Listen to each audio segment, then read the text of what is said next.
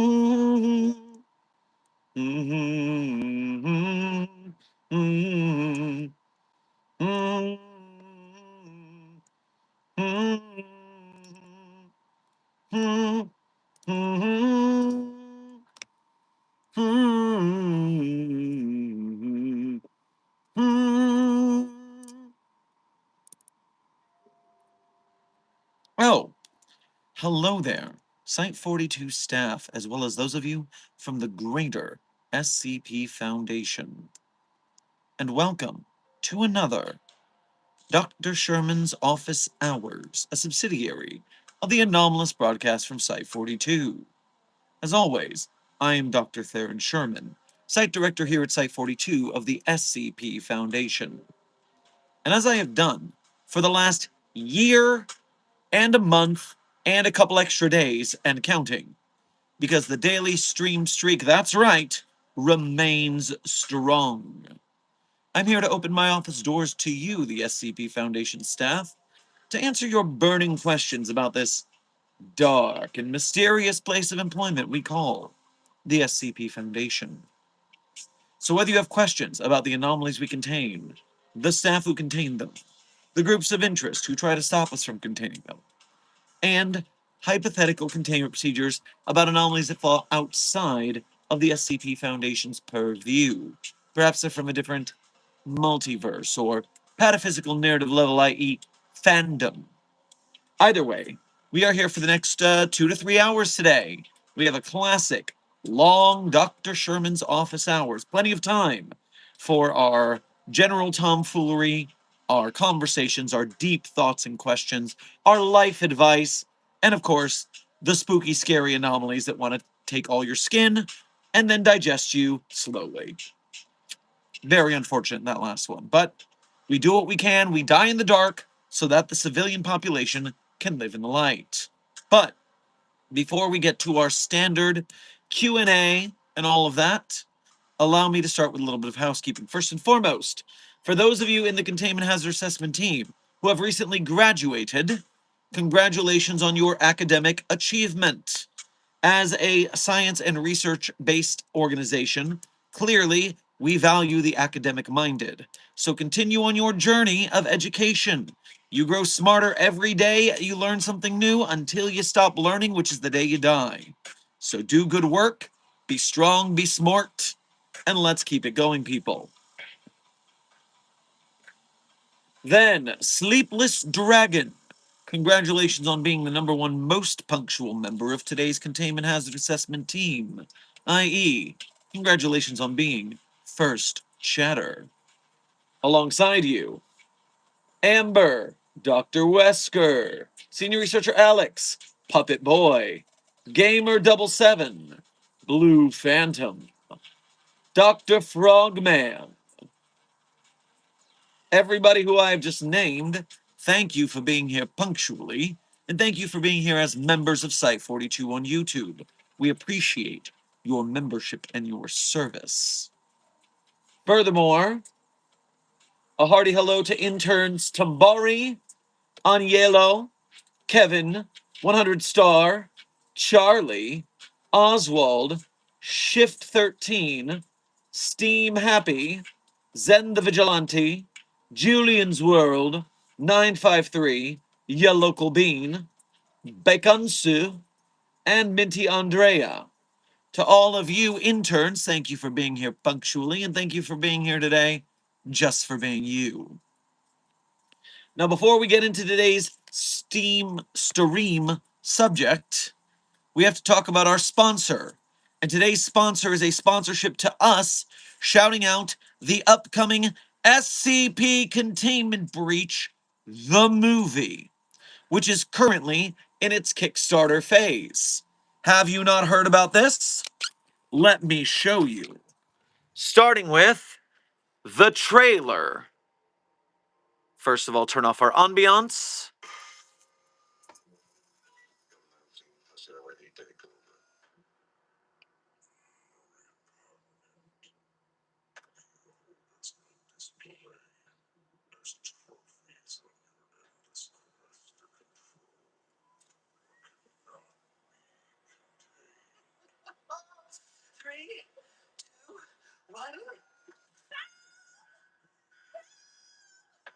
Esteemed guests, friends of the Foundation, beloved colleagues, humanity's greatest threat is not downstairs. It's right here in this room with us. And it'll kill you, it'll kill you, it'll kill you. Hopefully, it'll kill me. Now, please enter the containment chamber.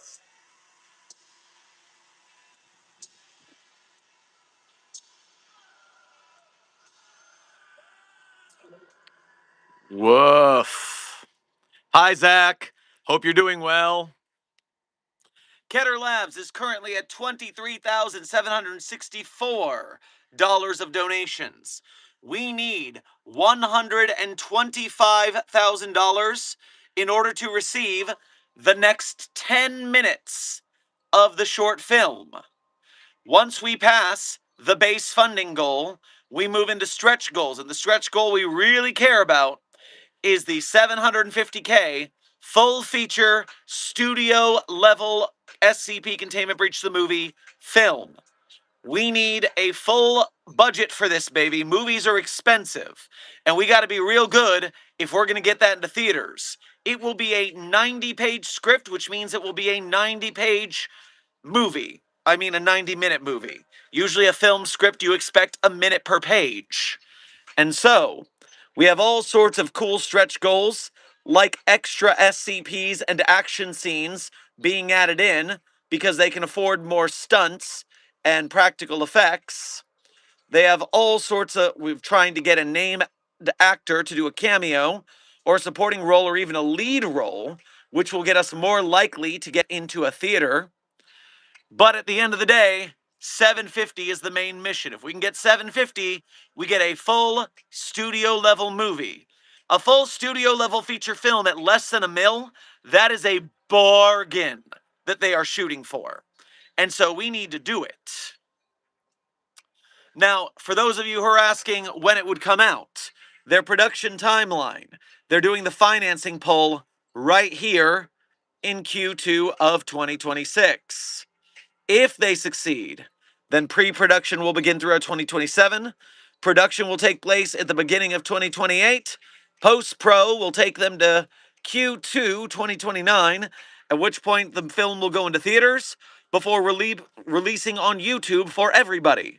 Because the creators of Keter Films, they are big SCP Foundation community fans, and they know this community is about reuse and remixing. So the movie will be released once it is done with its theatrical run.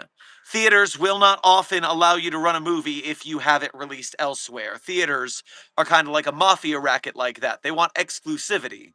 Plus, I really want to watch this in a movie theater with popcorn and a Slurpee.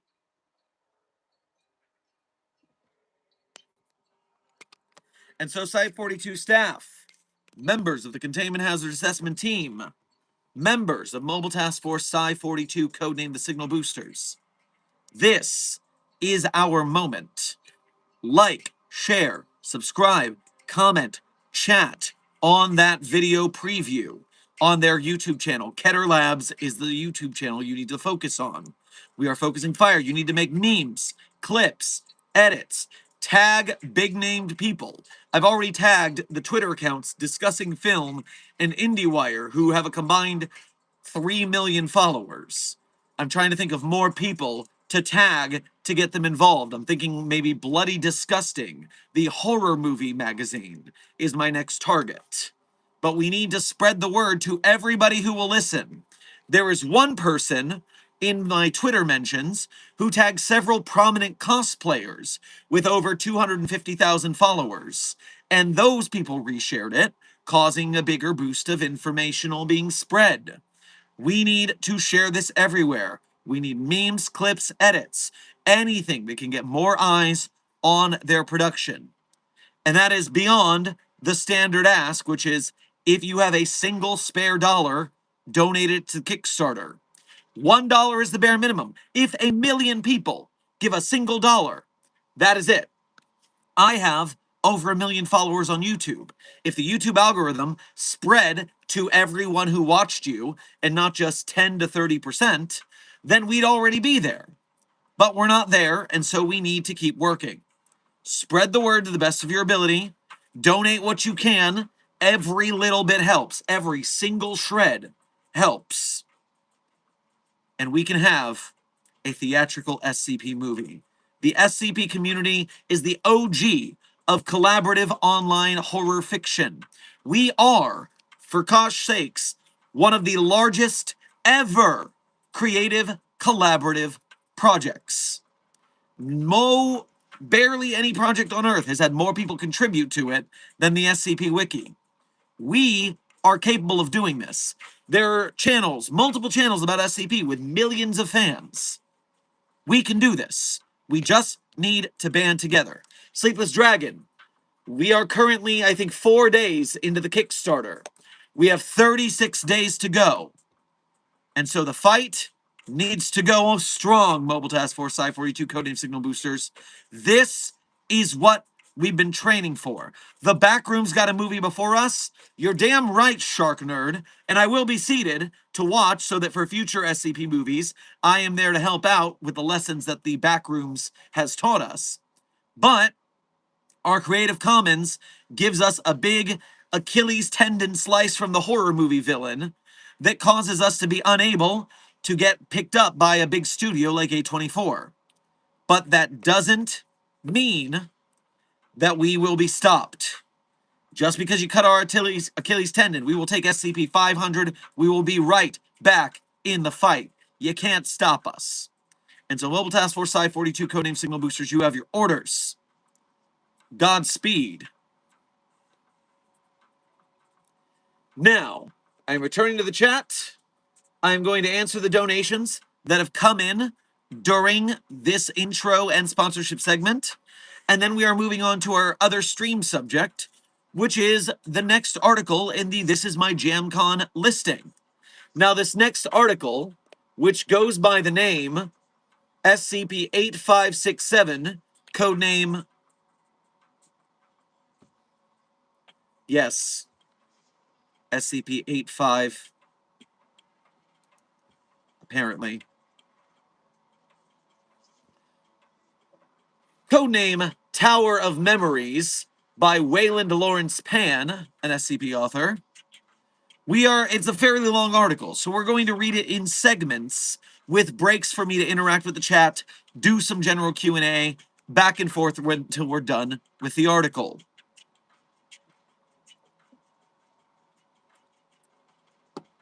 I am too poor to donate, sorry. Intern Vegan. Then you need to share it.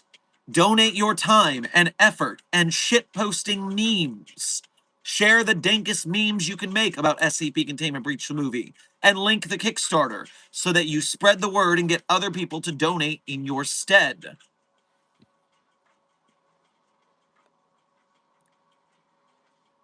Now, 100 stars. Thank you for sending 2 stars to the Containment Hazard Assessment team. I am sure they enjoy their twinkle twinkle. Blue Phantom, thank you for your first and second donation to today's stream, as well as being a member. Grab yourself a hot link on your way past the commissary. How are all the pets of interest, and how is your day and desk day? Also, I believe today is the last, and 999 is allowed to wander the facility with supervision. I do believe you are correct in that assessment. Meanwhile, the animals are doing quite well, to my knowledge. I think Nico is doing good. I believe Puppy of Interest 42, codename Charlie, is doing well.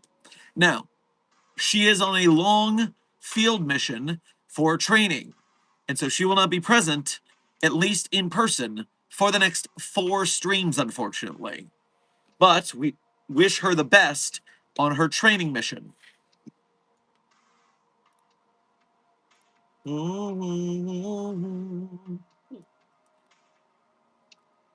What a terrible time for hiccups to occur.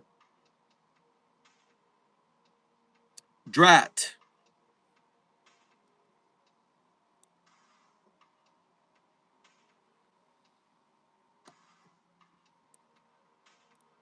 Oh, okay. Let that open up.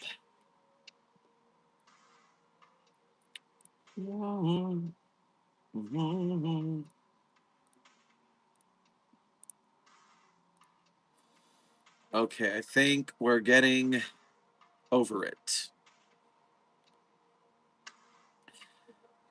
Nope, still hiccuping. Drat. Well, in the meantime, very frustrating. Very frustrating.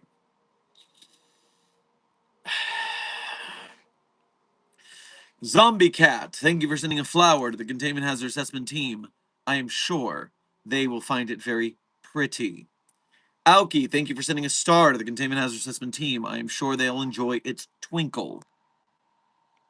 Sending 3 more stars to the Containment Hazard Assessment. I am sure they enjoy being a 6-star team, which means they reset back to 1 star, because a total of 5 stars plus 1 have been gifted so far. So you're a 1-star team. You need to pick up the pace, people. You need to do better, chat. Oswald, the Scarlet King, thank you for sending a thumbs up to the Containment Hazard Assessment team. I'm sure they appreciate the positivity.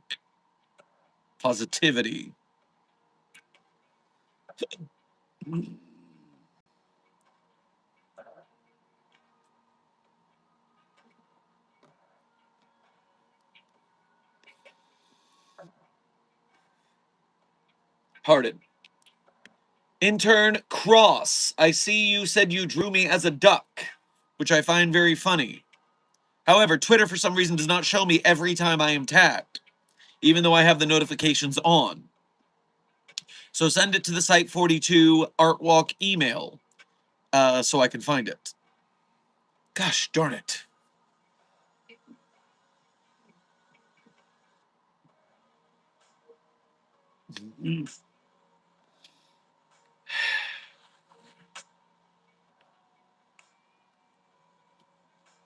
All right. Let us begin with the stream subject to the best of my ability here.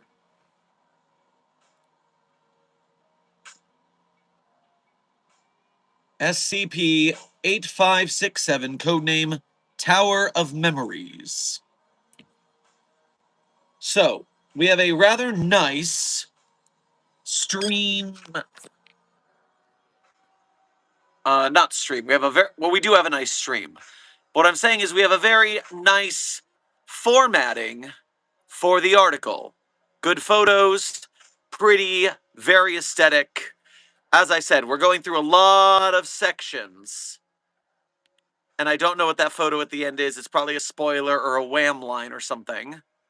Now remember, in case you are unfamiliar, This Is My JamCon was a SCP Wiki unofficial contest in which SCP authors traded song recommendations and then wrote articles based on those songs. We are currently at the 12th place SCP reading through the listing. And so, this is our opening. This is the picture of Dr. Halia Jones and her long-term boyfriend Clive, taken from 2005. This is SCP-8567-1, and this is SCP-8567-2. We will see what those are as we start the reading.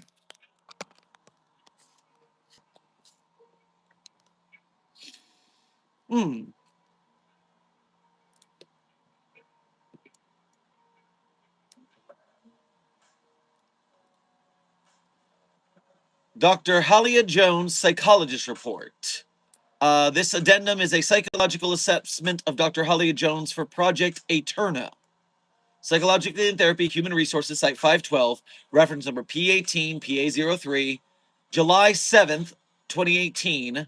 Dr. Annabelle Go, Senior Clinical Psychologist, SCP, I like that. HR, Site 512, assessment performed for Project Eterna. Background. Dr. Halia Jones is a long-term researcher at Site 512, having worked under anomalous media from 2007 to 2010, esoteric logistics and ritualistics from 2010 to 2014, and experimentation and paratechnology from 2015 to present.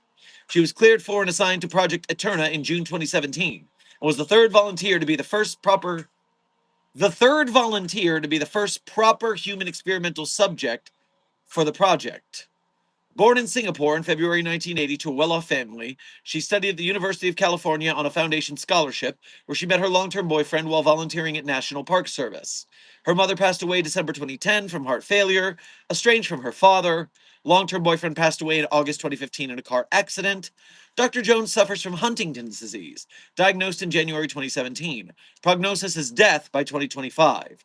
She does not suffer from any other long-term medical issues, mental or physical. Action. Dr. Halia Jones is recommended with a score of 8.3 to be the first human subject for Project Eterna. Justification. Despite her impending death, Dr. Halia Jones displays an uncommonly optimistic and impressively resilient outlook towards life. She is fully aware of the consequences of her participation and does not perceive it as a form of escape. She can logically articulate reasons why she is the most suitable candidate. All tests indicate her genuine belief in that. She has also acknowledged and accepted the potential for her participation to not achieve the desired results. She has not expressed any despair over the possibility, instead choosing to reframe it as an opportunity for the project to, quote, work out the kinks. Beyond her mental outlook, her scores for recall, perception, and deduction, and unconscious thought are the highest of the 6 candidates available. That, in her combination with her fatal genetic disease, predisposes her to be an ideal candidate for the project. However, some caution is advised.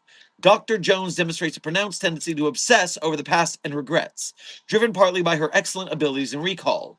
She has, unprompted, brought up her late boyfriend numerous times in irrelevant conversations, discussed her internal conflicts over her choice of university, and, ironically, expressed a desire to expunge those moments as, quote, wishes she could forget.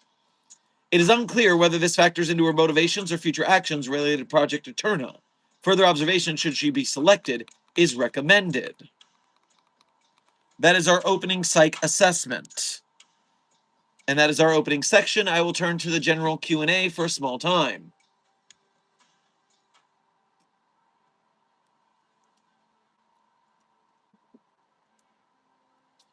Strap in, everyone. These are only going to get longer until 16th place. May SCP-9551 be with Sherman for this endeavor. Oh, the long articles. The long articles are always something, ain't they? I am definitely a short article enjoyer myself. But we committed to JamCon, and I'm having fun with it regardless.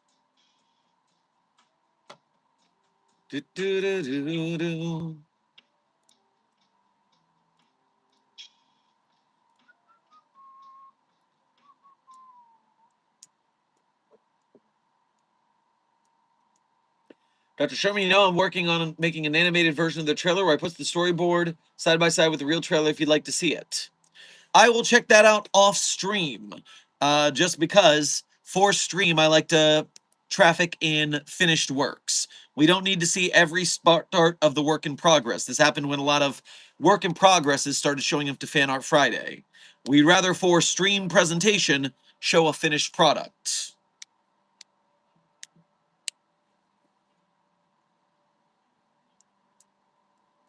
Dr. Sherman, is jam, jelly, marmalade, or preserves the better way to consume fruit long term? Well, intern Shark Nerd, as I have no knowledge of the health ramifications of any of those different fruit-based substances, I'm going to say that Paddington Bear enjoys marmalade, so it must be the superior condiment.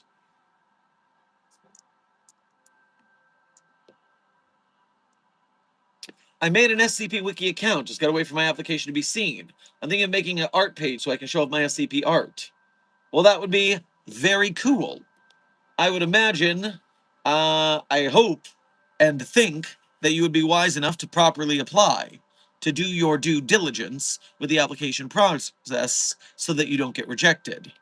Hoping for the best. I got a finished product for you. I posted a second edit of the SCP Containment Breach film yesterday. Well, that is a finished product, and it supports SCP Containment Breach the movie, which is being kickstarted. And so, I will take a quick moment to look at Flames Elbazed. So now I gotta find you on TikTok again. You know what? You just DM me on Discord. Why don't you send me the edit in the Discord chat, Flames? That will be so much faster. Link it on TikTok or YouTube. It does not matter either one.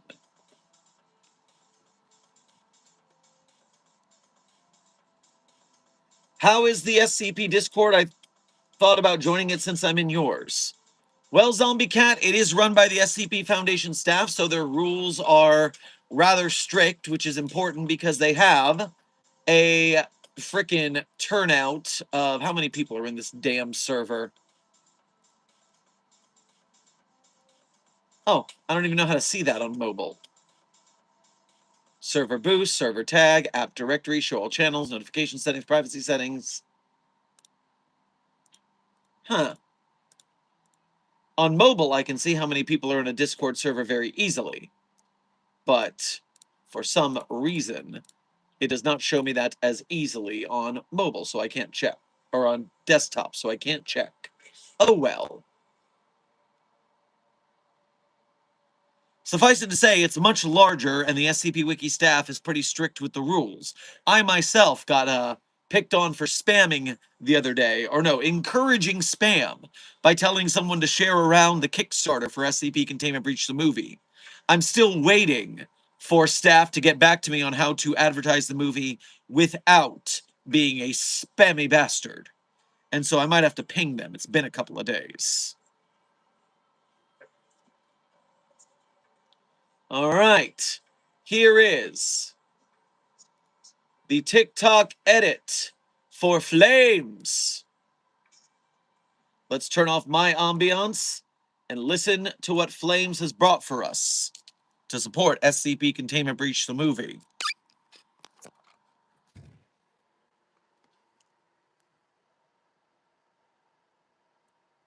Oh, we need sound. Sound! That's the wrong tape. That is... That's the wrong tape. That is the wrong tape. I'm sorry. We're going to make this right. I don't know what that was. So we'll make it better. We'll get the right tape in. This is the right tape. Okay, yes.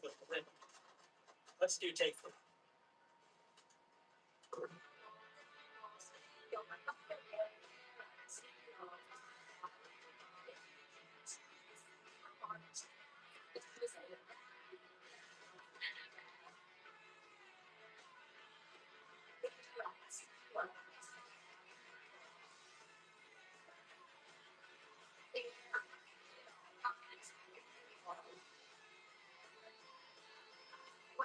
Very nice.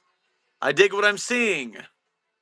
And a reminder for everybody in the chat who is concerned, yes, the director Zach, who plays Dr. Shaw in the opening of the film, will not be wearing that amulet in the future. We have informed him why. That was not a good plan. So do not fret about that. The problem will be handled in future. Very nice. I will repost it so it gets more spread. We need to continue to spread the word. Here's my comment.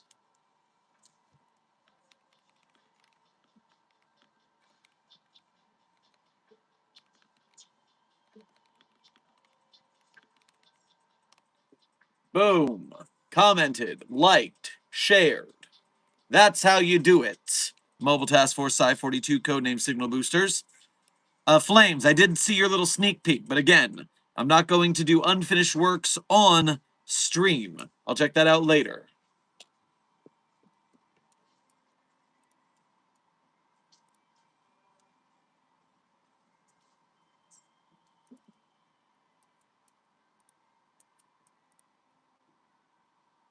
Intern Silas, the sexuality of SCP-12345 is not your business. I don't know why you're curious.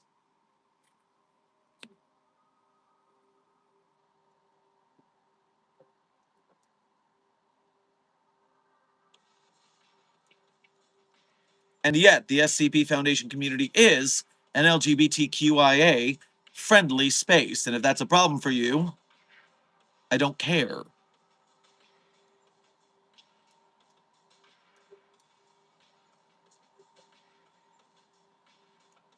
Intern Girl Scribe, the exact reason why I said that pendant needs to be removed is the answer you said. Because it belongs to that doctor we do not speak of.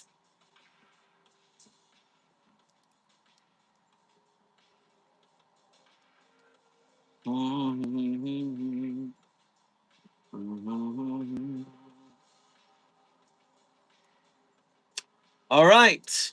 Let me jump over to the next section for SCP-8567. Continuing on. Item number, SCP-8567. Before we continue this, let me see if there's any content warnings. I'm not seeing any. Seems safe. All right. Level 4, secret. Containment class, safe. Secondary class, EFLA. I don't know what EFLA stands for.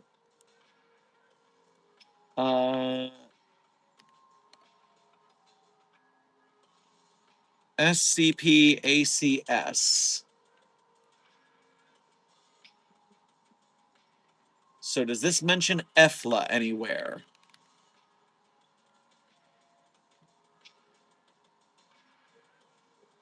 Nope. No EFLA on the main page. Is there more somewhere?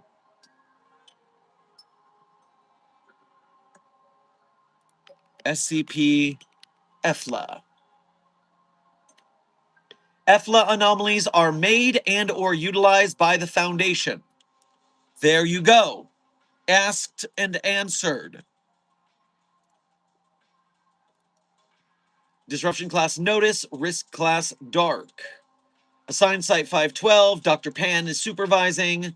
Assigned team, Project Eterna, which is functionally defunct as of January 1st, 2019, so something must have happened here. Assigned section, Experimentation and Paratechnology. And this is when we see the picture of Dr. Halia Jones with her long-term boyfriend who died. Special Containment Procedures. As of December 29th, 2018, by Ethics Committee decision, SCP-8567 is not to be activated without approval of the O5 Council. Footnote.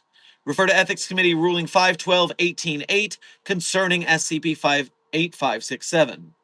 It is to remain powered off at all times. Its exact location will be undisclosed, known only to direct leads of the now-defunct Project Eterna. Footnote. A Dr. Krishnan, Dr. Pan, Dr. Sim, and Dr. Hay. Description. SCP-8567 refers to the end of Project Eterna, a perfect non-compressed noetic scanner referred to internally as the Mr. Noetic Reader. Footnote 4, the Mr. in the name was an inside joke relating to the origin of 8567-1.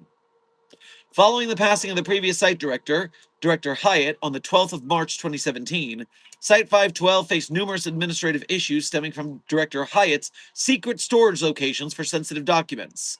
Following the discovery of SCP-8567-1 on the 20th of May 2017, Dr. Pan and Dr. Hay jointly proposed Project Eterna, a secure and infallible way to retrieve memories after death. SCP-8567-1 refers to an anomalous VEF Micro 5325 disk unit Latvia computer discovered during a raid on a Proto-Maxwellist sect in Kulim High-Tech Park, Malaysia. Cursory scans indicated a heavily modified interior. A nearby manual referred to the device as Mr. Brain Gobbler and indicated its supposed ability to perfectly retrieve memories from neural tissue inserted into the disk reader slot. This ability was later confirmed in experimental and paratechnology tests. Attempts to decipher its exact mechanism have proven futile. Its internal structure exhibits anti-mimetic or anti-conceptual properties. As such, any record or replication of the device has thus far proven impossible. Even the frickin' paratechnology nerds are protecting their copyrights. This is why we're never getting an SCP movie. Unless we film and fund Containment Breach the movie. Go to the link.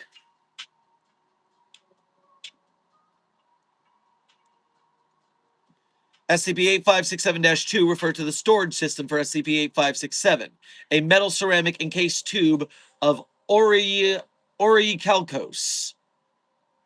Footnote, that's from SCP-6500. Footnote, Orichalcos, informally known as orichalcum, is a crystal substance with anomalously efficient digital storage capabilities. A single cubic centimeter of the sample used was estimated to store a maximum of 10 petabytes of data. Very efficient. Internally referred to as the Tower, its purpose was manufactured by the Foundation and was connected with standard wiring to 8567-1. Although it did not initially exhibit anomalous properties, beyond its extreme storage capabilities, certain phenomena would develop when it following test PA-UT. SCP-8567-3 refers to the anomalous bursts of Elan Vital energy, which is linked to the Global Occult Coalition Supplemental ARAD. Footnote, colloquially referred to as life energy. So Elan Vital energy that emanated from SCP-8567 from January 9th, 2018 to September 1st, 2018 to September 26th, 2018. So approximately 25 days, at which point SCP-8567 was powered off. The bursts occurred aperiodically, their power decreasing logarithmically with regards to time. Further relevant information may be found in the addenda. The next addenda is starting. Let's take a little bit of time to look at the standard Q&A.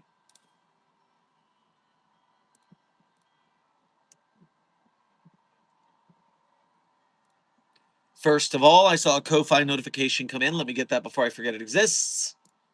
Kitty Fly, thank you for your first donation to today's stream, as well as being a member, and thank you for making the effort to go through the Ko-Fi, which we know only takes 3% of your donation as a transaction fee, whereas a YouTube Super Chat takes 30% of everything donated.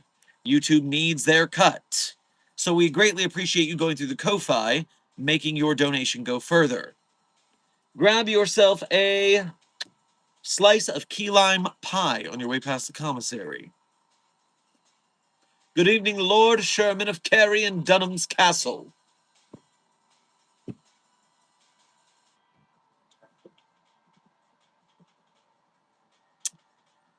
That's a deep cut to those silly buy a piece of a castle so you can call yourself a lord scam that I was gifted one time. How did you research that? Did you just find that in the algorithm, or just have a dang serious memory? Huh. Impressive, regardless.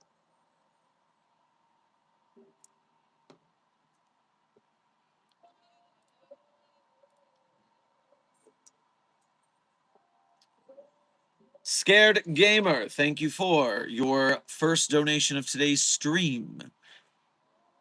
And since you did not send a message, simply thank you for your generosity. Grab yourself a fruit by the foot on your way past the commissary.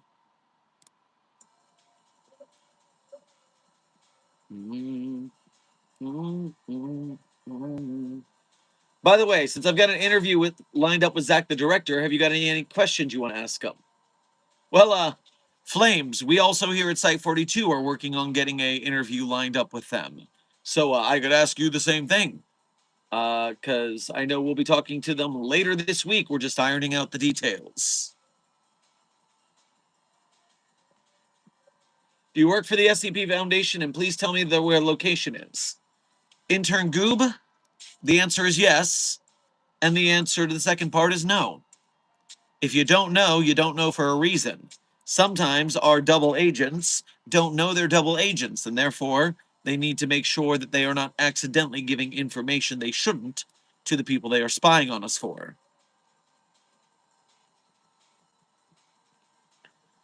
Intern Card, thank you for your first donation to today's stream. Specifically 6.82, a very appropriate number for the SCP fandom. I guess most digited numbers between 3 and 4 digits are appropriate numbers for the SCP fandom right now, but that's a particularly famous number, so way to go. Grab yourself a hoagie on your way past the commissary. Love your vids. What is your opinion of SCP Gallionic? Well, I'm glad you appreciate our content. We're doing our best to spread the good word of the SCP Wiki on these streets. And SCP Gallionic seems to be a pretty dope team. Some of their animators went to they worked with Studio Madhouse. They worked on frickin' Jujutsu Kaisen, Attack on Titan. That team's made up of mad stacks, and I can't wait to see the SCP Gallionic 20-minute anime-style short film.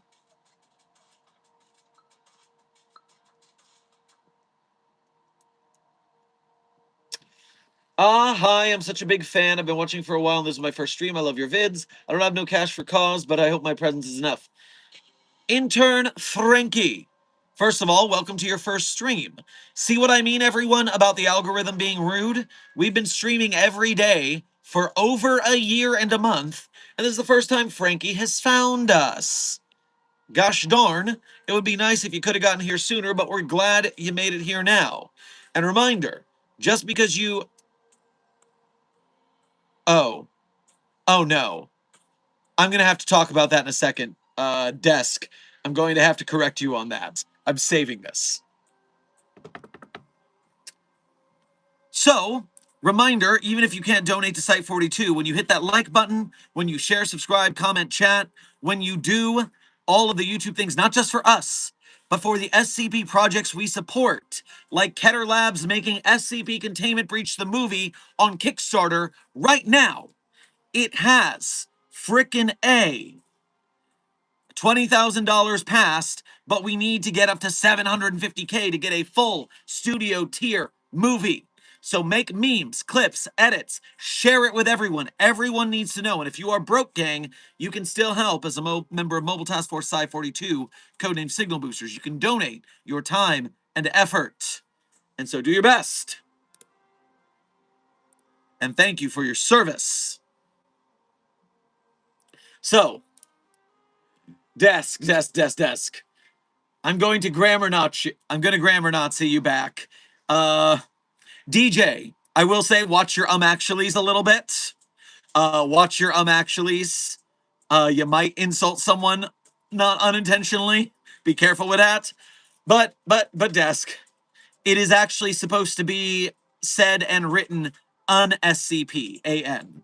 The reason is, even though S is a consonant, it's being pronounced as the letter S, and the S sound starts with the vowel E.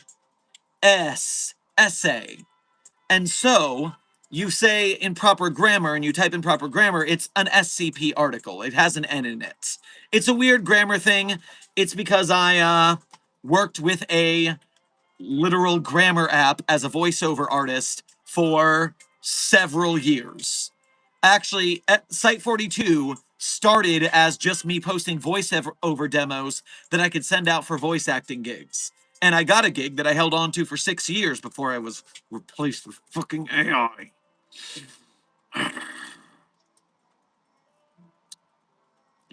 But yes, grammatically speaking, it is an SCP.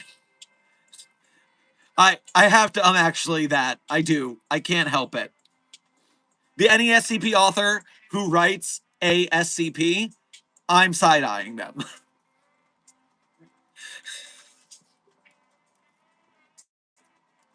Is the SCP Foundation real?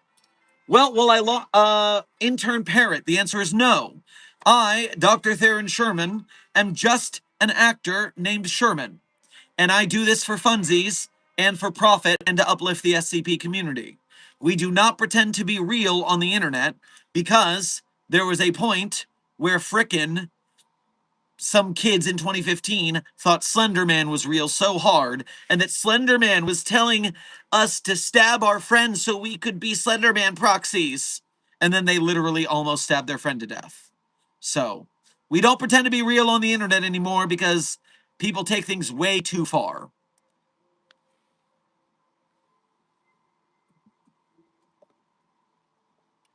Amber. I'm not saying too much about it because I am only 99% certain it was AI, and I'm also 99% certain that it was the parent company that bought them that kicked us out, and not the actual company themselves.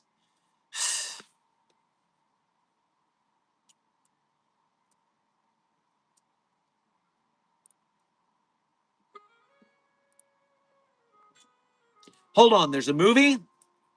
Intern Hatter. I'm so glad you asked. Welcome back to our sponsorship segment, where I inform you that SCP Containment Breach, the movie, is currently in Kickstarter. Look at that SCP Guards and D-Class. Look at that 173 original, not the copyrighted version that would get us sued. Look at the terror, the horror, the violence. SCP Containment Breach the movie is being kickstarted. And so, we need to kickstart the hell out of this. If we want a feature film in theaters, they are going to put this into movie theaters if they can get it made. We need to get somewhere in the $750,000 range to $1 million, which is a cheap-ass movie, I might add. Because, remember, Markiplier, who is like 30 times bigger than I am, was able to self-fund his movie Iron Lung. And that still cost him $2 million ballpark range. This, they're only asking for $750K to $1 million. I want to see it. I want to go to a theater and watch it with popcorn. And so, the link that is pinned in the chat, as always, the Site42 support beacon, beacons.ai/site42.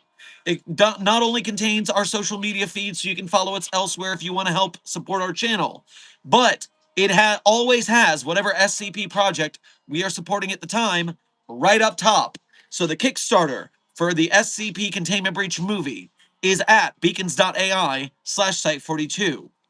Go check that out. Go check out the trailer. Share it with everyone. Give it $1. Why does that have AI in the link mean? It's just like when people do discord.gg or something like that. The two titans of the sharing a bunch of links at once industry are Linktree and beacons.ai. And Linktree does not have as many features as Beacons. So it's not like they're doing Gen AI or anything. It's just that's what they called their website.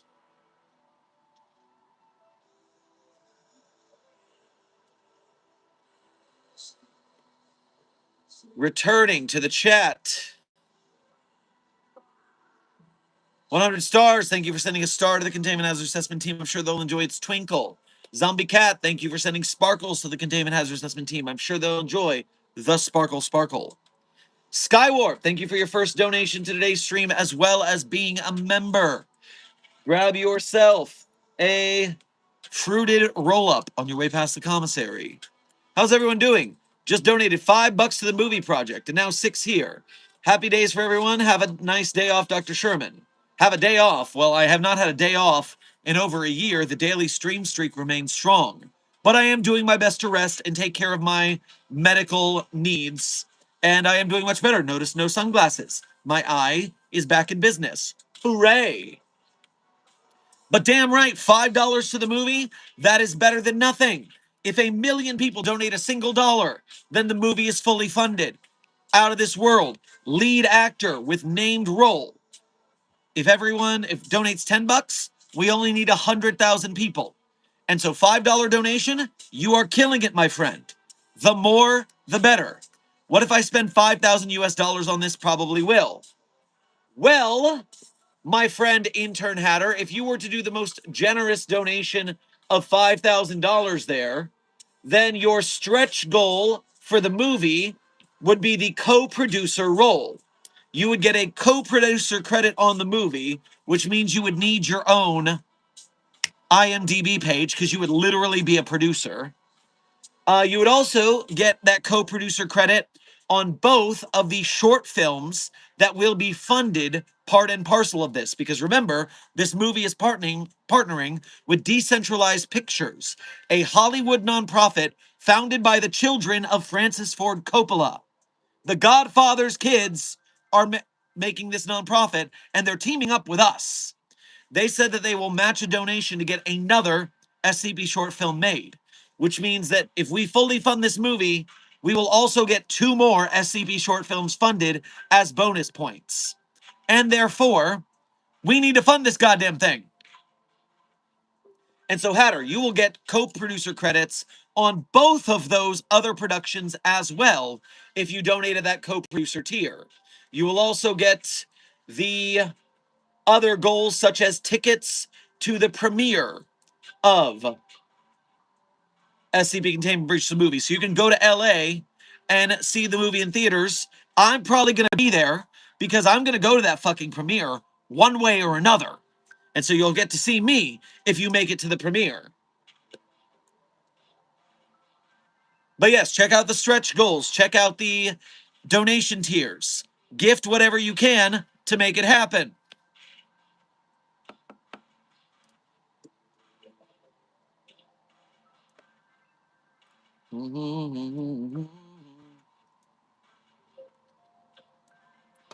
If you could choose any SCP to add to the movie, which would you choose? Oh, if they said, hey, Dr. Sherman, what SCP do you specifically want in the movie? You know what I want? Someone, an SCP author, first of all, Creepypasta George Harrison, thank you for sending a flow state to the Containment Hazard Assessment team. I am certain it will improve their vibes to help us uplift this stream and uplift Containment Breach the movie. Furthermore, as I was saying before, I just had an SCP author comment on an old video of mine because they hadn't seen that I highlighted their SCP. But the SCP that they commented on was SCP-5772. SCP-5772, codename A Counter Example, is a series of vertices and vortexes that can be stirred into a liquid.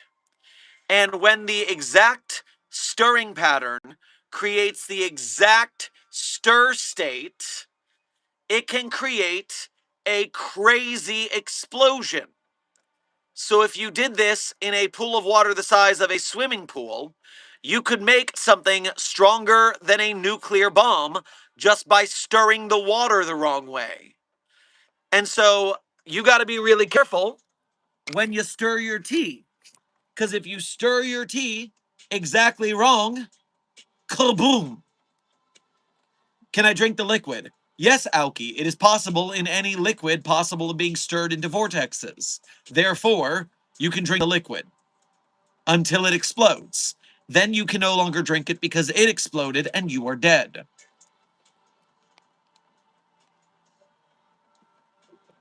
But I think it'd be really funny if someone in the movie gets cornered in a room by a SCP-939 or something that we don't mind them destroying, and they stir their tea that they have in their hand, and it blows everything up in their area. I think that would be pretty fucking cool.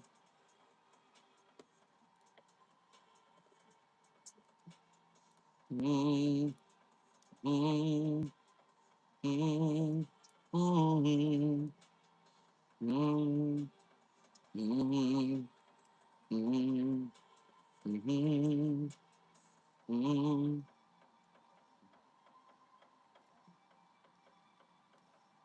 All right, Site 42 staff.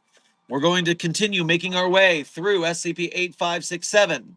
So far, all we know is that there is a machine that can take physical brain matter and scan the memories from it. And the SCP Foundation is working on attempting to utilize that for Foundation research purposes.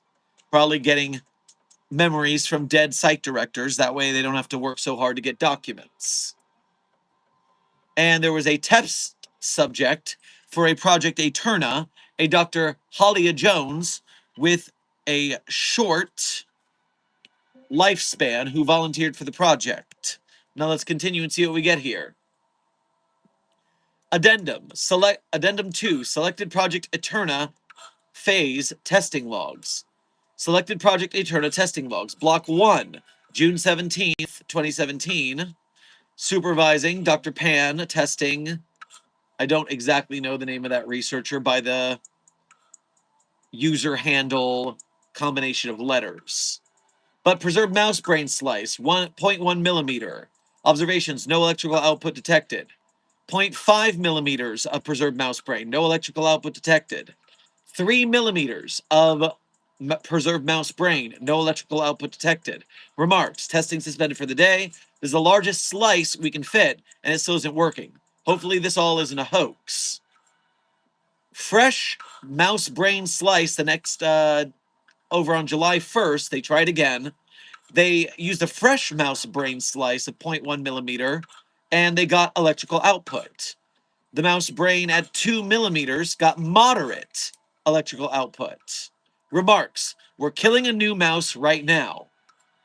A 2 millimeter slice of fresh mouse brain gave significant electrical output detected. Remarks, freshly dead seems to work best. We can start connecting it to the tower. Eterna has a future. All right, so they've gotten it to read brains. Let's see what's next. July 28, 2017. Fresh mouse brain slice, 2 millimeters, no change. Remarks, our 6 tests today with the same result, suspending testing for the day. Probably a wiring or some other technical issue. Well, you did just connect it to the tower, so that might be a problem with it. Let's find out. Block 9 of testing, October 11th, 2017. Fresh mouse brain, 2.5 millimeters. Data transfer, 2.5 kilobytes. Remarks. The problem was methodology. The software in the tower didn't register any of the data transfers. It's like it was hiding from detection. With an external tool, there's definite information transfer, and we just need to locate the exact region in the tower it's going to. IT isn't used to working with Aurichalum. We'll submit a request for external experts. Next testing block, block 14, March 20th, 2018. 3 millimeters of brain slice of fresh mouse. Successful retrieval of data. 8 images from the mouse's perspective. Another slice, the same slice. Successful retrieval of data. 3 images from the mouse's perspective. Another fresh slice, same size. Successful retrieval of data. 6 images in 1 audio file from the mouse's perspective. Remarks. Seems almost random what we're getting. According to the manual for Mr. Brain Gobbler, we should be getting way more data than this. Testing block 17 from April 8th, 2018. 3 millimeters of diced fresh mouse brain. Successful retrieval of data, 608 images and 7 audio files from the mouse's perspective. Total data transfer amounts to 205 gigabytes. Turns out it's all about surface area. Wasted a lot of time changing knife material in method of euthanasia. Science, there's so many factors to think about. Block 18, still April 8th. 3 millimeters of pureed mouse brain. See remarks. Remarks. Here's the weird thing. Yes, pureeing gives us the maximum data, as expected. However, what it gives can best be described as wildly unstable. We do have some splendid high-quality photos, but the larger amount is junk or corrupted data. Beyond that, some of the data has started to disappear spontaneously. We register the transfer, but checking the relevant locations produces nothing. My suggestion is moving forward is testing in 2 directions. We dedicate half the testing sessions to finding some way to prevent these data issues, and the other half to circumventing them. Either we stop the junk data from coming, or we find some pattern that makes it useful. Block 26 of testing, June 16th, 2018. Fresh dog brain, 80 grams, pureed, compressed. Observations, see remarks. Remarks. Total success, we can move into phase 2. So, that's the end of the addendum. I am now returning to the general chat, but our research has showed promise in translating brain to the tower. Very good work.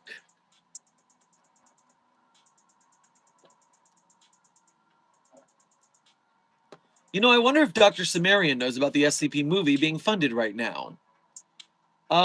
That's a good question, Flames. I haven't talked to Sim in a hot minute. I wonder if Sim knows about the Kickstarter. Mm-hmm. Mm-hmm. Mm-hmm. Mm-hmm. Mm-hmm. Mm-hmm. Mm-hmm. Mm-hmm. Desk says Sumerian knows. That's good for me. If you had to hypothetically, what liminal space would you use to consider as an SCP? Well, I mean, Intern Hatter. SCP 3008, the Infinite IKEA, is pretty liminal if you think about it. I mean, IKEA on its own is pretty liminal, and then you get an Infinite IKEA that's just extra liminality. There's lots of other spatial anomalies and such, of course, that are very liminal, but that's the first one that pops to mind because it's extremely popular.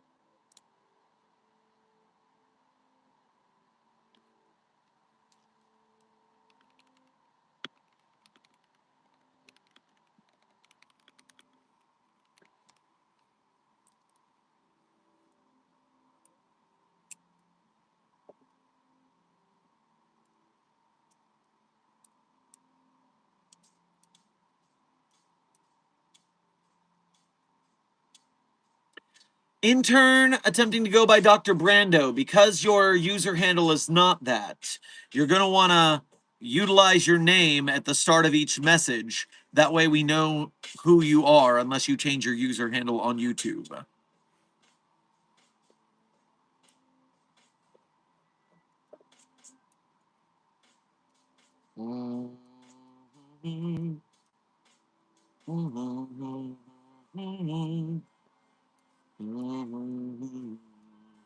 Surprised that the movie is fairly cheap. Well, Intern Hatter, they are a indie team. They're used to working quick and dirty. I know that the 10-minute short proof of concept they made was made on a shoestring budget. So hopefully, if we give them a decent budget, we'll be able to get something a little more up to snuff. Something I want to point out about the SCP movie is it does look a little bit cheap, a little bit cheesy, but I mean, come on. The SCP Containment Breach game is pretty corny when you look at it. The aesthetic is not super serious and grimdark. The horror is there. It's still jump scary and there's a lot going on. But it's kind of a corny game. And so the movie is going to look like that. And I will further say, because this is going to come up a lot of people would prefer if it were something a little more serious, like the works of Andrea Joshua as Nikar, who, don't get me wrong, I adore Andrea's There Is No Anti-Memetics Division short series, the short comic relief thing they did about pressing the button or turning on the power so 682 doesn't breach, the 45-minute short film about SCP-2316, You Do Not Recognize the Bodies in the Water, mixing it with a bunch of Class of 76 lore. Andrea's eye for filmmaking is actually what I prefer compared to what Keter Labs is making out. But Keter Labs has a plan to get it done. They've got a budget. They've got the theatrical release guideline. They've gone to genre film fests. Right now, they have the lead on getting this done. And my viewpoint is, once again, just like SCP articles, even if an SCP article is not exactly my taste, I still want to see it succeed. I want to see the creator succeed and then move on to the next bigger and better project. And getting an SCP movie of any kind made is going to improve our chances of having more in the future, of more people believing in the SCP community's ability to make movies, of Hollywood taking notice that we can do this despite the Creative Commons so that we might actually get some help like A24 did with the Backrooms. And so is this the perfect project, the best SCP movie that'll ever happen? Probably not. But don't let perfection get in the way of good. We get these guys over the finish line, it is only a benefit to other SCP film teams, to Keter Labs making even better stuff in the future. So spread the word. Whenever you see someone say, that doesn't look good. Well, it was made on a shoestring budget. It's an indie film. What do you expect? And also, it only gets better if we give them more budget and more practice at making movies.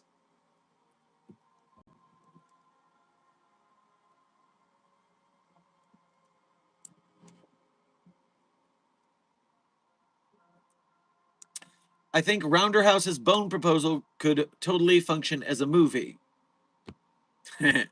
Bone Proposal. All right. Jokes aside, yes, there are a lot of very filmgenic stories on the SCP database.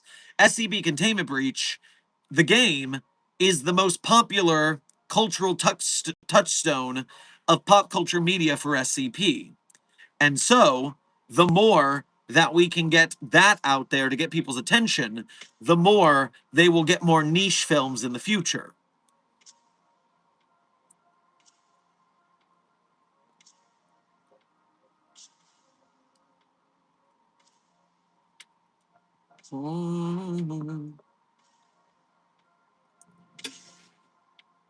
Yo, Dr. Sherman, if I put extra layered rubber gloves on 049's hand, would that stop its anomalous touch effect since it's not his real hand? Well, first and foremost, intern Enzo, 049 is not a he. It is an it. It is an object, not a person. All anomalies in containment are treated as objects, not people. Do not humanize the anomalies. Please practice proper pronoun parlance protocols while working at the Foundation. It's an it. Thank you. Now, furthermore, the SCP video game Fragmented Minds has SCP-049 as a character who is in fact wearing rubber gloves so as to be able to freely touch and not murder people. And therefore, at least in that canon, the answer is yes, that would work.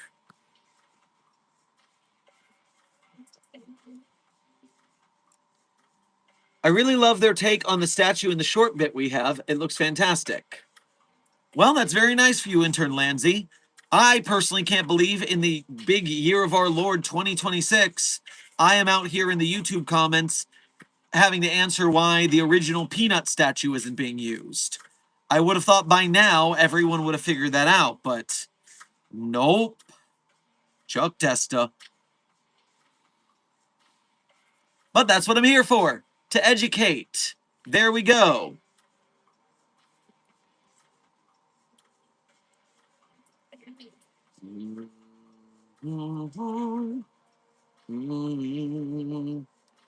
Good day. My skip mail has been updated accordingly. Thank you. Intern Brando, good work. Good work. That will make it easier to be referred to by your name. I wasn't expecting it to be copyrighted in the first place. Well, yeah, Aoki. 4chan is built on making memes with stolen art.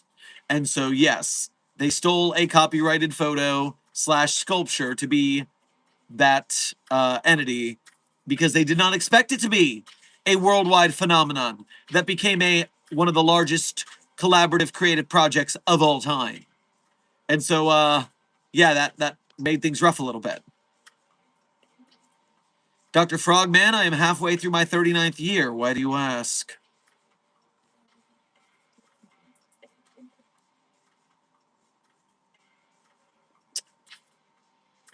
I see, Dr. Frogman.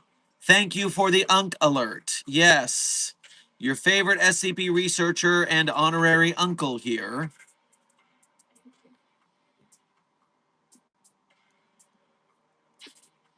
What do you think about the 4 simultaneous SCP interview done in the Tats Top Video Foundation site?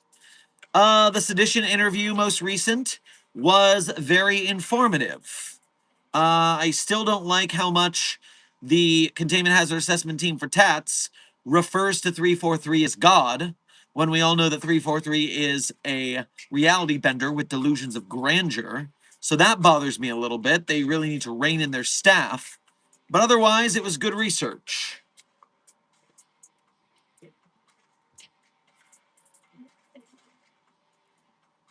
All right, people, why don't we return to the next addendum of SCP-8567? Let's see how research has gone now that we've broached the next level of research for dog brains. Addendum 8567.3, excerpt from Dr. Jones's first post-approval interview. So Dr. Jones, I'm assuming, has just been approved to be fed into the machine upon death since she has a terminal illness. Interviewer, Dr. Evan Sim. Interviewee, Dr. Halia Jones. Date, July 12, 2018. Why did you join Project Eterna? Well, maybe I should talk about why I joined E&P in the first place. Experimentation and paratechnology. Ever since I was young, I've had this idea. Something like a sensation that there is something more to find. Something more to make. I know the psychologist probably attributes it to my father's absence when I was growing up. Maybe it is. But I always like to imagine that there is no limit to what can be made. That's what motivated me to get out of Singapore. It's a nice place, but it's so small. Long trips and hikes and volunteering and seeing this gigantic world, that's the kind of thing I love. And to be sure about that, yes, I do love this world. I wish I could spend more time in it, especially since my boyfriend passed. I've been slowly building back up my ability to see how good the world is. Sorry, I'm going a bit off topic. I joined EMP because after years of working at Anomalous Media and EL&R, I wanted to jump into the next frontier, so to speak. AM spends a lot of time looking at what other people make. EL&R picks how other people think. EMP thinks and makes. That's fun. As for Project Eterna in particular, I think my motivations are transparent. It's remembering someone else, fully and totally. The idea is beautiful. To understand someone in the purest way we can. Even setting aside all the practical uses, I could never say no to the principle of it all. What do you remember about most of your time in Site 512? Oh, so much. So much. I mean, this has been my job for more than a decade at this point. So much of my life is wrapped up here and probably filed away. But if it comes to what I remember the most, there's a smidge of recency bias, but I would probably say it was that time we all got together and wrote down our New Year's resolutions within the first year I joined E&P. Just 2 years ago, 2016. I think you would remember it too. Yes, for the record, it was the year where they decided to test out the paper that was supposed to make whatever you wrote readable only by yourself. To replicate the effect, see, except we all thought that the effect was a physical anomaly restricted to the paper, not a physically enforced mimetic effect that actively ensured whatever was written on the paper was known only to yourself. I remember Dr. Pan, he was still a senior researcher then. After Dr. Krishnan stood up and said his supposed resolution, Dr. Pan said his own resolution, some joke about hoping Aiko finds for once a suitable partner, and then the paper burst into flames in his hands. And I was still new then, and I was just so stunned. And Aiko herself ran and grabbed a fire extinguisher and blasted him with it. And Dr. Pan just stared at Dr. Krishnan, who looked rather sheepish. And then Aiko laughed, and then everyone else did. And I realized I actually like this place very, very much. Will that do, maybe? Posterity records? I heard Aiko is now in some on and off again with some guy from Anomalous Energies. Oh, that should go on the record, too. Are these interview logs unrestricted? End of addendum. Returning to chat. A1, red right hand. Is he even reading chat? You're so impatient. That addendum was really short. I'm already back. Slow your roll. It's a long SCP document. Relaxify yourself. So bitter.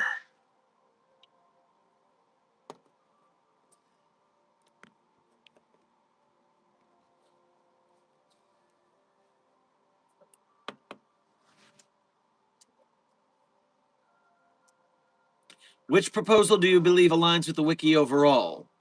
Intern Brando, when you say proposal, do you mean SCP-001 proposals? Do you believe aligns with the wiki, most with the wiki overall? I don't know how to answer that, because if it's on the wiki, then it aligns with the voting community's tastes, which means it aligns with the wiki. I don't quite know what one would say if 1001 proposal is more aligned with the wiki. Can you specify a little bit what you mean? Wait, is 001 Daybreak or is it Gate Guardian? In turn A1, it is both and none, because they are both SCP-001 proposals. There is no true SCP-001, not to your classification level anyways.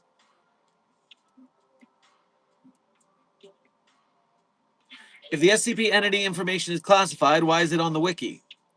Intern Orion, it's because you can't access the wiki unless you have proper staff protocols and classification levels. The SCP Wiki is only accessible to SCP staff members, obviously, and the articles are classified level, and so if you're a level 2 researcher, you can't read a level 4 document. Durr.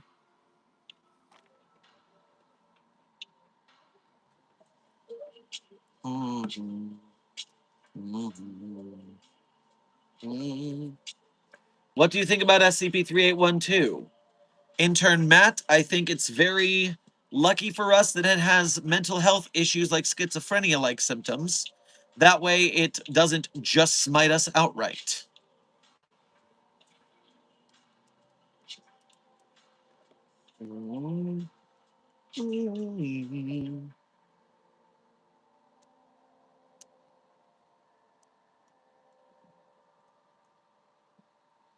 Do you ever feel like a giant sentient peanut is right behind you? Well, intern Chaos, sometimes you feel like a nut is right behind you, and sometimes you don't. For me, I don't. Do you?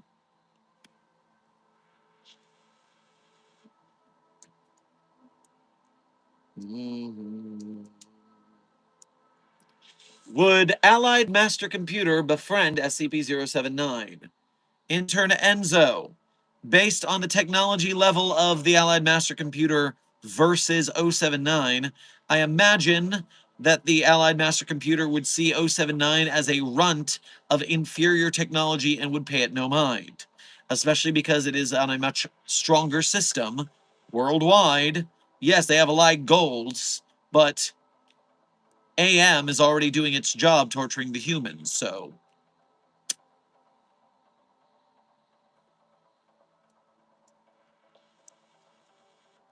Time check. Dr. Frogman, we are currently 78 minutes on the dot, actually, into this 2 to 3 hour stream. We are at the very least finishing SCP-8567 before we're done, but we're going to continue on with stream until I feel like giving up today.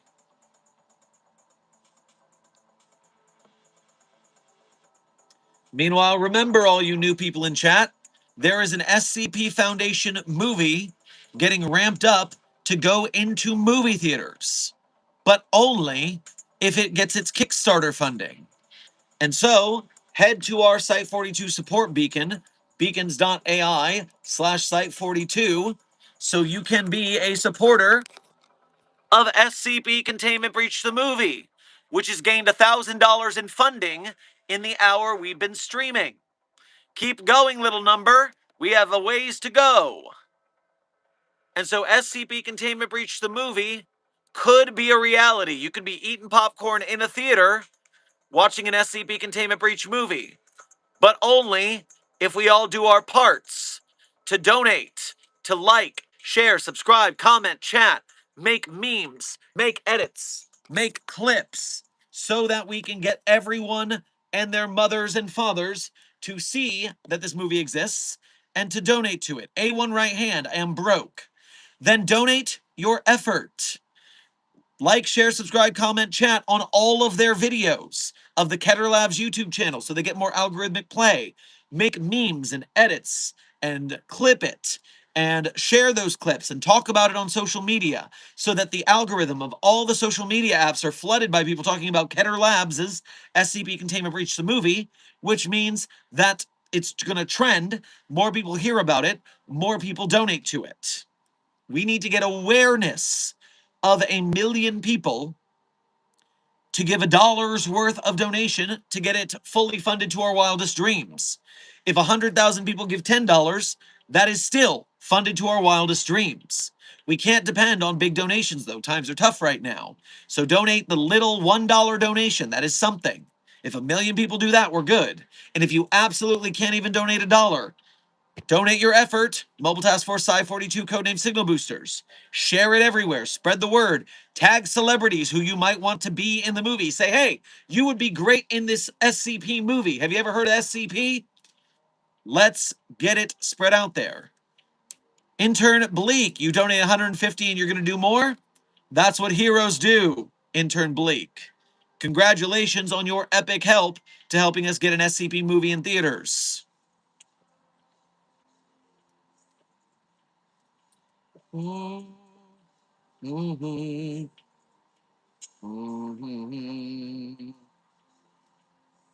Markiplier. In case you're unfamiliar, Intern Silent Red, this Markiplier scenario has gone awry and we need to fix it. What had happened was Keter Labs made a YouTube video, an open letter to Markiplier, asking for Markiplier to be in the SCP movie because Markiplier's done a lot for the SCP community back in the Containment Breach gameplay days. But Markiplier did not watch the video. No. Markiplier's a busy man. And when Markiplier saw an open letter to Markiplier and an SCP Foundation movie pitch, he assumed that it was about asking him to make said movie. And on a stream and a podcast, he said, "Oh no, you don't tell me what I make. I tell you what I make."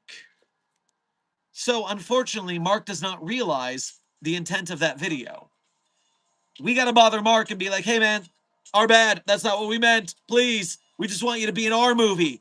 Make a cameo. That's fine. We just want to have you aboard because it'd be super cool because you're super cool. So hopefully we can get Markiplier informed that no, we don't want him to make the movie.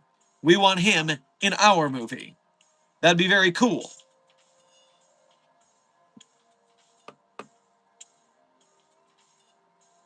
Ambers, thank you for sending a floating heart to the Containment Hazard Assessment team. I'm sure they feel the love.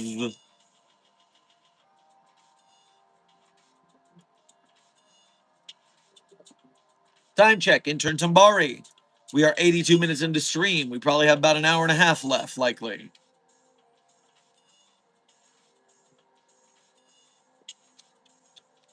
Can't donate yet, gotta wait for payday, but I will.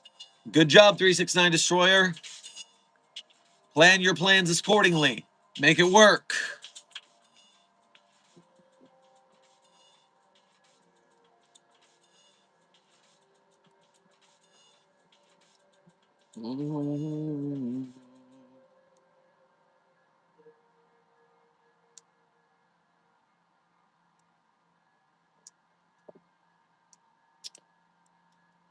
Is the location of SCP Containment Breach Site 19? Intern Enzo. The SCP Containment Breach game does not take place at Site 19. SCP Containment Breach game. What site?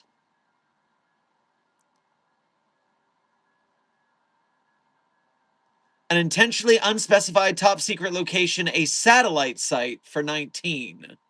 So it is not 19 canonically. Meanwhile, Containment Breach the movie is going to be taking place in Site 19 from what I hear. They are changing that for canonicity purposes for their film. Because remember, there is no canon. They can do what they want.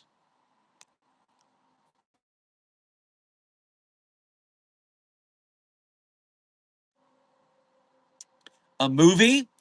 Intern Giuffrida, yes. SCP Containment Breach the movie is currently in its Kickstarter phase. We could have a full feature SCP film in theaters, but only if we reach the crowdfunding goals.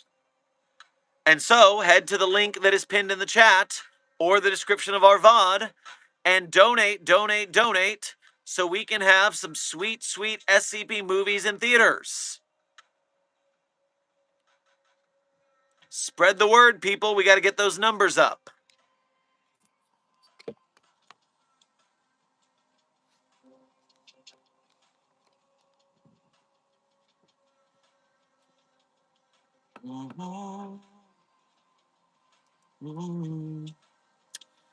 SCP-9341 actually answers that. It takes place at Site CB, a storage location for 19. Appreciate the intel, intern Shark Nerd. So at least in the canon of the wiki, it takes place at Site CB. Will there be any other SCPs in the movie? Intern Matt. Of the confirmed SCPs, we know that 173 is involved, 689 is involved, 079 is involved.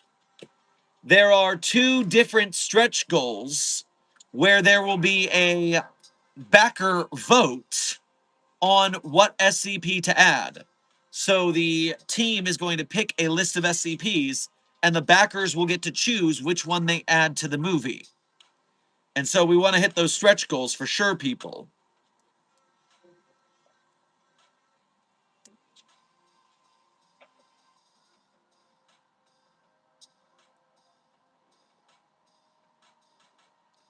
All right, Site 42 staff, let's keep our way through the SCP-8567 article. I want to make sure we get that done today. Next addendum. We're going to do a couple addendums because these next ones are short. So Addendum 4, Project Eterna Phase Completion Report. Project Eterna Phase Completion Report, Experimentation in Parabit Technology Site 512, commissioned by Dr. Krishnan, SO, Superior Officer Manoharan, supervised by Dr. Pan. June 22nd, 2018, Dr. Evan Sims, Senior Researcher, Para Integration, Narrativistics, EMP Site 512. Report, Project Eterna Phase 1 is complete. 4 initial goals set have been met as follows. Verify function of retrieved VEF Micro 5325. Successfully verified through testing. Noetic reading and recording capabilities ascertained. Virtually no constraints on sensory information. Goal 2. Establish comprehensive scanning capabilities. Successful on multiple fronts. Beyond audiovisual data, the project has also successfully converted additional streams of presumed junk data from numerous animal species into haptic, proprioceptic, equioleptic, and olfactic data. In the case of salmon, the project has also successfully obtained magnetoreceptic data, i.e., magnetoreception detection of the Earth's magnetic field, in a sense held by certain animals, inclusive of certain species of salmon. Goal 3, establish sufficient storage capability. Success. The tower connected to VEF Micro 5325 is more than sufficient for storage of noetic data. Locate relevant constraints. Successful. The neural matter inputted must be as fresh as possible. The longest postmortem the subject registered before any attempted reading entirely failed was 8 hours and 22 minutes. Increasing the surface area of the neural matter greatly increases volume of data, while increasing the volume of neural matter fed significantly improves the stability and reliability of data. Maximum stability requires insertion of the full brain. Proposed action. Proceed with human testing. The greater complexity of the human brain means preliminary trials are necessary before moving on to final end goal. The original proposal of surgically extracting small slices of neural matter from D-class personnel should maintain. Now we're going to a testing of getting brain chunks from human beings. Let's see what we did. Test block addendum 5, testing logs for phase 2. Block 27 on June 28th, 2018. Fresh human brain chunk, 3 grams, pureed and compressed. Observations.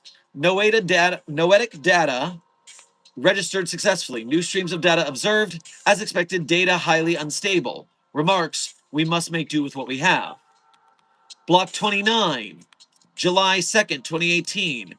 12 grams of fresh human brain chunk, pureed, compressed, non-anesthetized. So we did not give this person anesthesia before we took a piece of their brain. Observations. Noetic data registered successfully. Data stability significantly improved from previous tests. Data fragmentation reduced significantly. Remarks. Think we can isolate proprioception and somatic senses from this. The quality of data from 2 streams with the indicative info signatures is particularly good with this test. Patient was a gymnast, likely relevant. Footnote. An info signature is a unique data pattern which can be cross-referenced analogous to a digital footprint. Block 32, July 20th, 2018. 150 grams of pureed compressed human brain chunk. Observations. Noetic data registered successfully. Data quality slightly worse than similar tests. Remarks. Subject had depression. Depression and anesthesia both affect how your brain data is registered by the reader. Block 37, August 13th, 2018. 400 grams of pureed compressed human brain chunk. Noetic data was registered successfully. Remarks, we've got enough data. This is the last test before the real thing. All right, that is 2 addendums. We will return to chat for some Q&A. Rebel Commander, thank you for sending a star to the Containment Hazard Assessment Team. I am sure they appreciate the twinkle. Thank you also for sending a gold coin to the Containment Hazard Assessment Team. I am sure they will spend their doubloons wisely.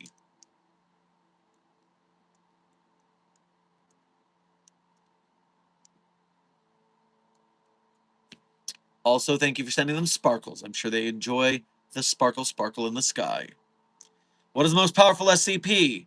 Intern Matt, that would be SCP-6101. Codename Ethan Prosper. The opening line of SCP-6101's documentation is SCP-6101 is the most powerful SCP. So, yeah, it's pretty cut and dry. Rebel Commander, thank you for sending a chili pepper to the Containment Hazard Assessment Team. I am sure they will enjoy the hut hut hut.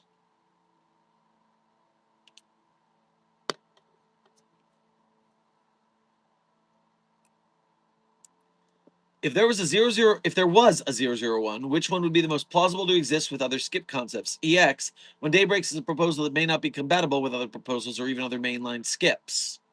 Well, I must be honest, I haven't read all of the SCP-001s, so I can't be the expert classificationist on this. But I do believe that Lily's proposal is an end of the world, and we know about its data because it's taken place in other universes. And so we do know when it comes for us what it will do. So that one could work. Desk says The Prototype by Dr. Gears, if you want to check that one out. Rebel Commander, thank you for sending a floating heart to the Containment Hazard Assessment Team. I'm sure they feel the love. I might get an SCP book. Which one should I get? A1, I might recommend There Is No Anti-Memetics Division, which just had its second publishing run with a legit book deal. It had to be de-SCP-ified, but we don't hold that against Quantum. That's what it takes to get a book deal. Until we break through the glass ceiling of the Creative Commons and make these damn fine things ourselves as a group crowdfunding project.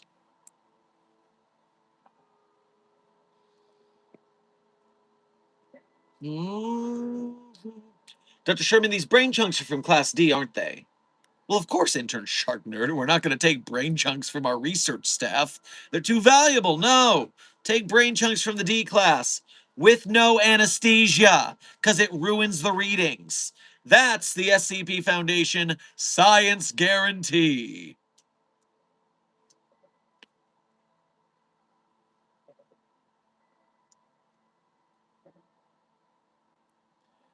Quantum is great. I read the first 2 to 3 articles of that series so far. Hey, intern Brando, if you're enjoying There Is No Anti-Memetics Division, make sure to watch the 4-part mini-series of There Is No Anti-Memetics Division by friend of the channel Andrea Joshua Asnikar on YouTube. It is a great 4-episode mini-series, of course. Just like Containment Breach the movie, it's on a shoestring budget, so there's some effects that could be done better, but they really did a great job for the budget they have, and I'm hoping we can see more from them in the future. Dr. Sherman, has the O5 given us our budget back? Actually, Froy, the overseers are pissed at us after Dr. Gerald's last incident. And so due to the wreck that happened in the motor pool, they are actually cutting our budget here at Site 42. It's tough times for everybody right now, but we're doing our best. And we will still somehow support SCP containment breached the movie, even in our weakened state.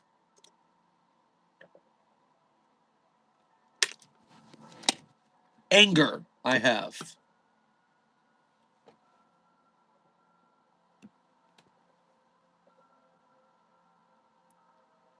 Rebel Commander, thank you for your 9 months as a level 1 researcher here at Site 42. We appreciate your membership and your service.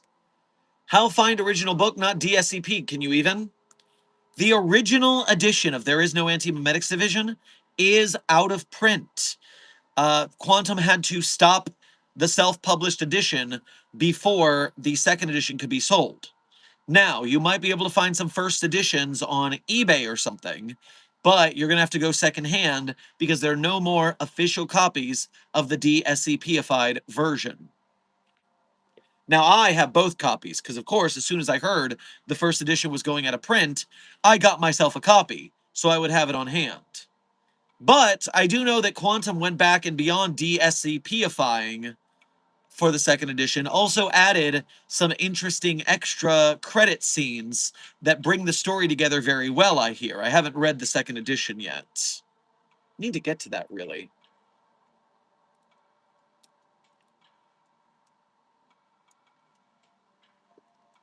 Intern Ramos. A chat rule to cut down on spam is that non-members, white names, may only utilize 4 emojis per message. Maximum. But if you want to become a green name, a member of Site 42 on YouTube, that is lifted as long as you act within reason.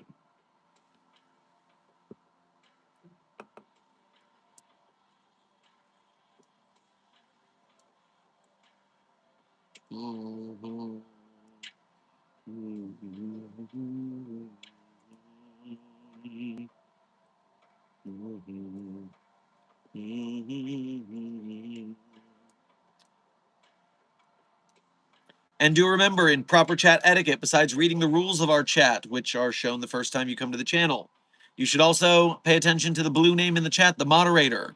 The moderator tells you when you're breaking the rules, and if you don't pay attention to that, you might get banned and not even know why.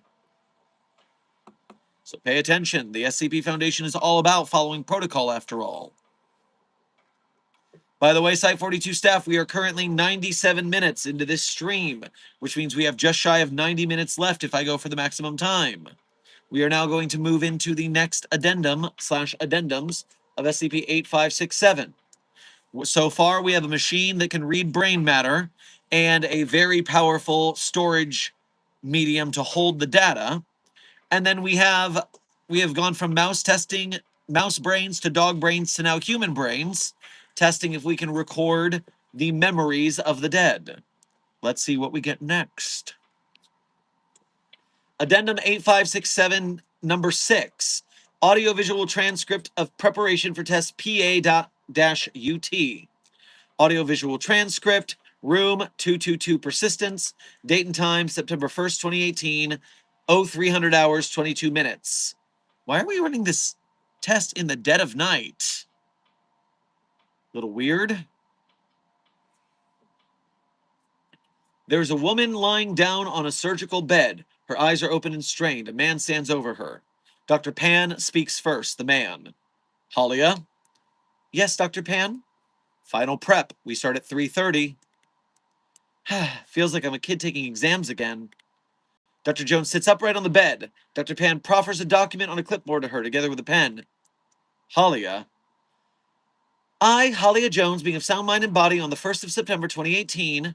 I mean, I haven't slept in 50 hours, so hours, does that count? Up to you, I suppose. It's not too late to change your mind. Dr. Pan, I think my mind is already set on something other than changing. Dr. Jones signs the document with a flourish. Promise me you'll frame this page up nicely, like some kind of constitution? I can hardly deny you anything, can I? A pause as Dr. Pan files away the document. But really, Halia, you can still change your mind. Until you fall asleep, we can call the whole thing off. Dr. Jones rolls her eyes and lies back down. I'm not that long for this world regardless. And well, whatever comes next, it's nice to imagine moving on. Thought the psychologist's report said you didn't see this as an escape. Lying to all of us the whole time, I see. But of course. But really, it isn't an escape. It isn't an escape. I hope this will do some measure of good. Everything else that comes with it, well, it's a bonus. You know, you know, sometimes it's difficult to wake up. Sometimes I just don't feel like waking up. I can lie here forever and it feels like peace. Just going to sleep again. That's all this is. That's one way to look at it. The only way I can. I still dream about. It doesn't matter. I wonder what comes next, though. I hope. I really do. I'm a fountain of hope. Ugh. I'm losing my train of thought. Feels like I'm back on those drugs from EL and R. Maybe I should have stolen those amnestics while I still could. You're not making me feel very confident right now, Halia. You're not a very good EMP researcher head, Wayland. Wayland? You've never called me that before. I always wanted to. Need to do what I want before I stop being able to do what I want. If it weighs on your conscience, I would always prefer this over a slow death from Huntington's. That one's not pretty at all. Dr. Pan checks his watch. Well, Halia, you ready? Any last things to bring up? Last complaints? Deathbed confessions? Or is it time? Last things? Don't go light on the numbing agents later. I wouldn't want to wake up. Although I guess I wouldn't feel anything even if I do. I really wish I got to see my father again. I forgot about it in all this mess. Don't even know what I would say to him either way, though. Don't tell him anything about me. He doesn't deserve it. I miss Clive so much, but you already know that. Dr. Pan, thank you so much for welcoming me into EMP. It helped me more than you could know, I think. That's a goodbye? That's a goodbye. Summon the doctors. Dr. Pan signals to the adjacent room. Surgeons enter and begin wheeling Dr. Jones out of the room. Name something after me, Wayland. I will, I swear. Footnote. In her honor, the second Ziz-class telescope constructed by Site 512 would be named Halia. Very nice. Now, I better get ready to haunt Evan forever with some devastating last words. Give me strength. Dr. Jones is wheeled out. Dr. Pan watches the proceedings from within the room. The next addendum's very short, so we'll do that, then I'll return to the chat. Addendum 7, testing log for test PA-UT. Project Eterna, final test. Block 38, September 1st, 2018. Fresh human brain, 1320 grams, 1,320 grams, pureed compressed. Observation, see remarks. Remarks, the reader didn't even sputter or choke as the puree went in. It's taking some time as expected, but the data we're getting is good on all counts. Because it needs to be written somewhere, Dr. Halia Jones's last words were, "This will all be for something." And then she winked before she fell asleep. I know she will be all right. Well, that's what you say now. But now that her brain's in the machine, what's it going to do? We are currently halfway through this article, team, which means we still have some more to go, and this stream will reach its full size. But for a moment, we're going to take a break and return to the chat. I will catch up on the donations first. Check the Ko-Fi, see if I missed a notification. Nope, we're good there. Intern Serbian Kid, thank you for sending a streak of 41 sparkles to the Containment Hazard Assessment Team. I am certain that they enjoyed the litany of sparkles you put against the night sky.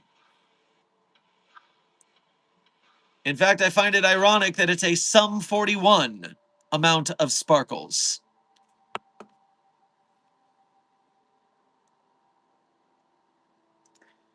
Sometimes I forget these ones are based off songs. Ah, yes, a reminder chat. Because this is my GemCon is based on songs, I've been attempting to guess the song that the article has been based on before I check the discussion to find it out. Right now, I am 0 for 11 because all 11 songs from the previous articles have been songs I had never heard of. Particularly rude, I say. And so hopefully I will have the opportunity to get one of these right. I just want one, guys. Just one.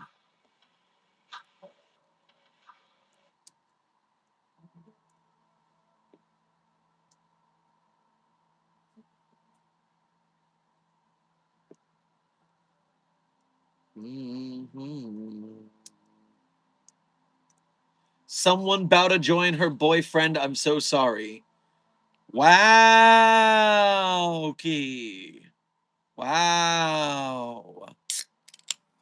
But no, true facts. We got to joke about the horrors lest they control us.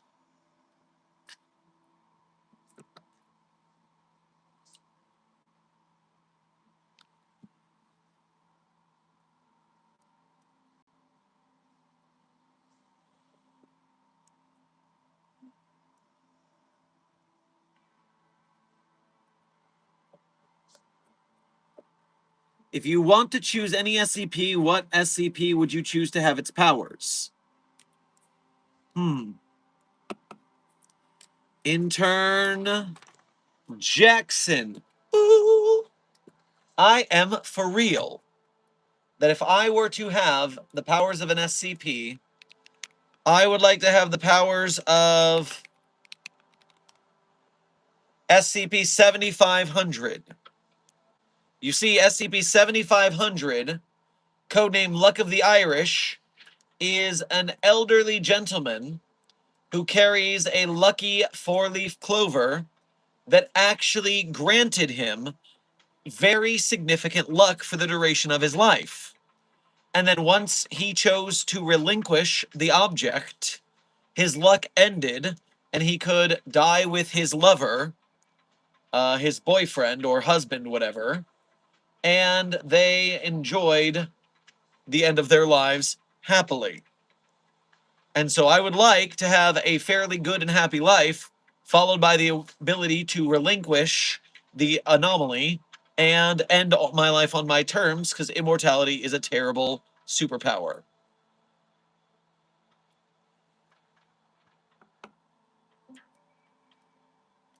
So 7500 is the power I would take given the option.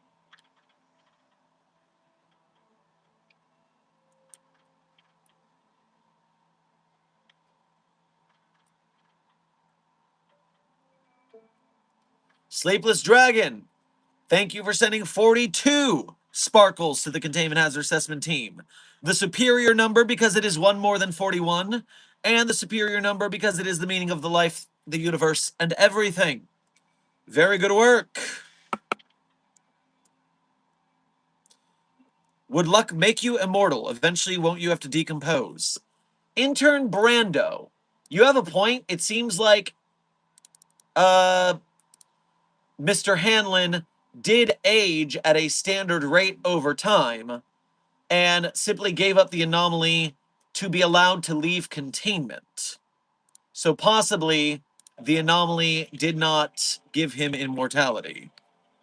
You make a good point, yes. So then, yes, I would just keep the luck until I perished and passed it on to someone who I thought deserving of such good luck.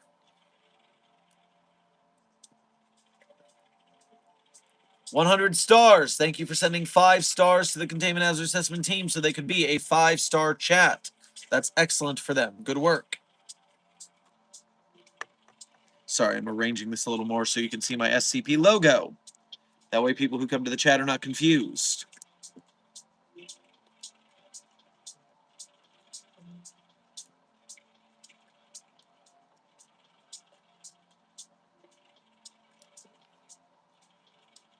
Huh, you're talking about an SCP-166 novel, eh?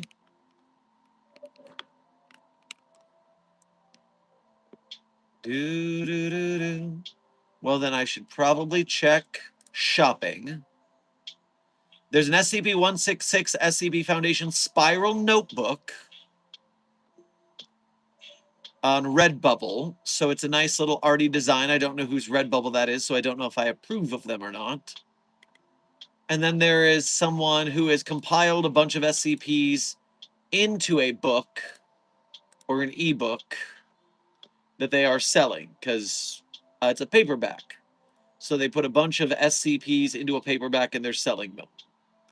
I just hope they're following the license so they don't get in trouble for it. But I'm not finding a novel about 166, so you can fill me in on that later.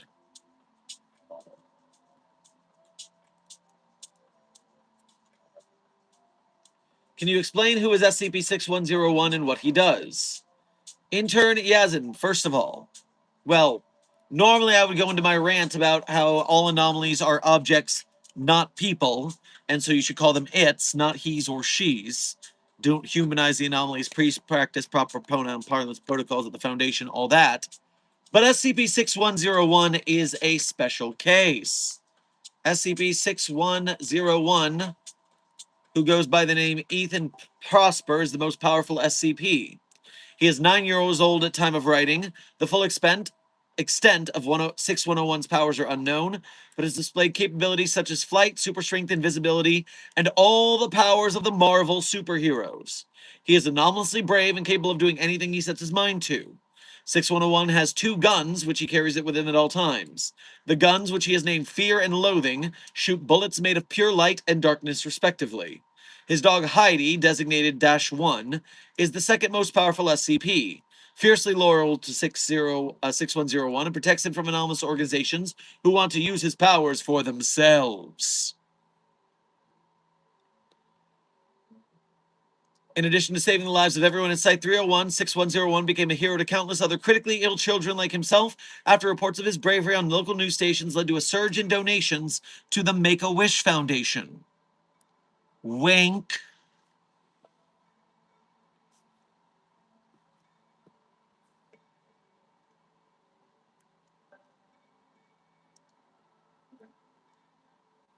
That's everything you need to know about Ethan Prosper. You can read the rest of the document if you really need to see more. Site 42 staff, congratulations on doubling the like count to the viewer count. By hitting that like button so hard, you are making the SCP algorithms push us through YouTube and force people to come to our streams and watch us and learn about the SCP Wiki. Thank you for your service. The more we do that, the more we can spread the word about the SCP Containment Breach movie. The more the better.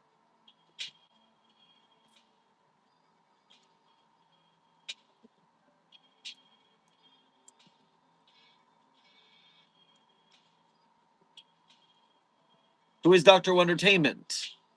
Intern Takoro. It is a person of interest in the SCP Foundation universe, an anomalous toy maker. Sometimes it's a singular toy maker, sometimes Dr. Wondertainment has a whole company passing out and manufacturing and selling toys that have anomalous abilities. Depending on the canon or multiversal variant, sometimes the toys are very dangerous and sometimes they are just harmless fun.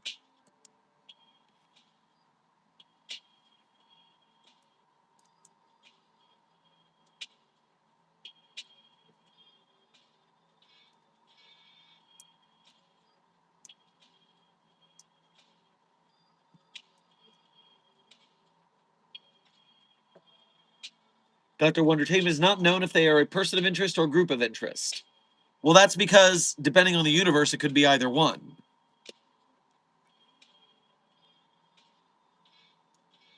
And in fact, based on our Dr. Wondertainment declassified video from several years ago on this channel, Dr. Wondertainment somehow acts as a Time Lord, regenerating into different forms in some universes.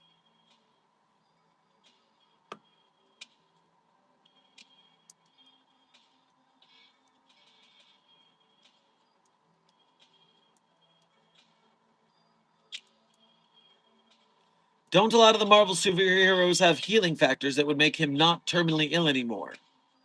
Well, of course, that's why Ethan Prosper is the most powerful SCP, obviously.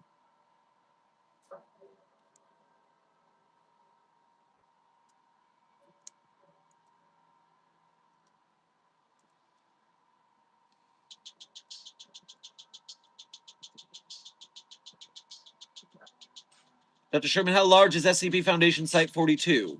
Intern Geckoman, researcher Geckoman.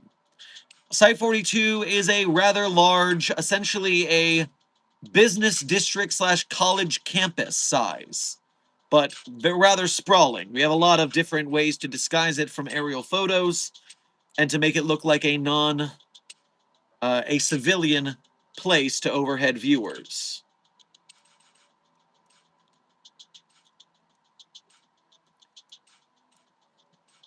All right, Site 42 staff, we are going to return to SCP-8567 for another addendum, continuing our way to see what happened after our last break. Our Dr. Halia Jones was killed and put into the brain-eating, data-reading machine. Of her own free will, I might add. Not us being mean for once. Addendum 8, excerpt from Dr. Jones's second post-approval interview. Interviewee, Dr. Pan again, Dr. Wayland Lawrence Pan. Interviewer, and then interviewee, Dr. Halia Jones. July 22nd, 2018 is the interview date. What would you say is your biggest motivation in life? Depends on when you ask it, I guess. If you asked me when I was still with Clive, it would have been him, of course. But in the weird time span before and after, it would be discovery. I keep looking for things, more and more. Can't sit still at all. I think I mentioned something similar in the previous interview. It's like, I always look back on the path not taken, you know? I always wonder if I did something else, I could experience something different. I always tend to end up right where the crossroads left me, agonizing over where I should go, what I should do, who I should talk to. I think that's the great thing about discovery. You can always find more and more. I remember I took an impulse trip to Iceland, when I was 19. Solo, unplanned, completely off my savings. I don't regret it one bit. Not then, not ever. I can feel you nudging me towards it. Yes, this motivation also factors into being the test subject for the project. If I can't discover more, I certainly want to help everyone else do so. Wouldn't it be a bit selfish otherwise? On that note, not to beat around the bush, how do you feel about death? It feels surreal. Well, all this is going on record, so I need to show my good side, don't I? I can't quite remember what it felt like when my mother died. It was a good amount of time ago, and she was always a very strong-willed person. She died completely unafraid, and I was reassured, I guess. The details are hazy, probably because of all the drugs in EL and R. More recently, however, when Clive died, it was difficult. So difficult. These days, sorry, I still choke up a bit sometimes. But it's like a knee-jerk reaction. My death, I came to terms with a long time ago, even before I got the Huntington's diagnosis. I know each of us must die eventually, and I think the prospect of death, and who knows what comes after it, I think it's not so bad. I think the concept of immortality is way scarier. Running around your own life over and over again. Death has a finality to it that seems almost comforting. No more exploring, but no more bad things either. Maybe it balances out. I don't know. End of interview. The next addendum is rather long, so I'm going to return to chat for a second.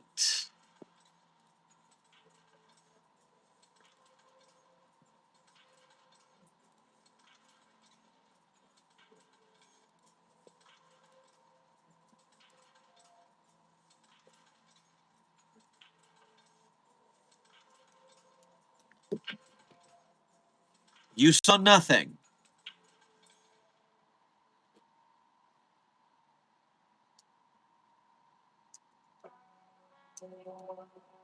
Hey, Dr. Sherman, this is a bit more serious question. Do you think that there's an inherent bias towards older slash more respected members in the SCP Wiki? Intern Tao, of course there is. There is always a bias towards people who have succeeded in the past, and that proves that they can do it again. That's not necessarily a bad thing. If you've proven yourself, for instance, if you've written an SCP article, you don't have to do the green light process because you've proven yourself capable of telling what a good SCP is. When you've written more works, we can trust you to produce bangers. I definitely know that if I see an article from someone whose works I've liked in the past, I will check them out because I know I will probably like them again. This is not something that the SCP Wiki can fix, nor should it try to. But it is something for new authors to contend with, of course, because you don't have that reputation. And it isn't a question of taking away reputation from the veterans. It's about working on building your reputation as a new author. And that is a challenge, trust me. Getting into acting is a challenge. Getting into content creation is a challenge. But these are things that we all work through in the growth of our art. You know what I mean?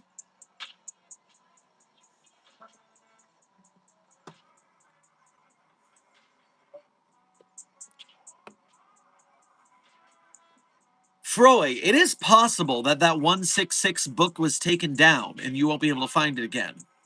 After all, the licensing team does actively reach out to projects that are breaking the license and telling them to cease and desist. So it's possible that those people were breaking the license who made that book and they got taken down.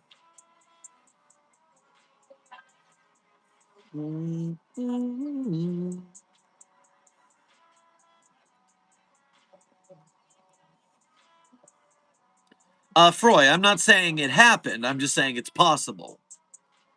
I don't know. Maybe you'll find it. Maybe you use the Internet Wayback Machine, and that can help you triangulate if it used to exist.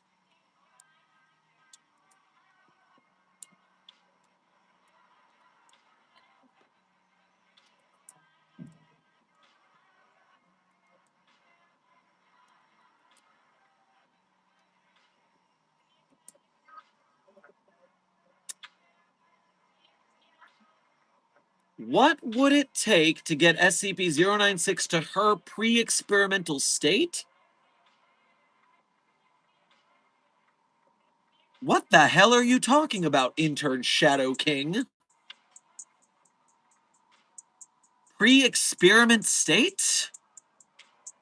And again, 096 is an anomaly, not a person. It's an it, not a her. Please practice proper pronoun parlance protocols at the Foundation.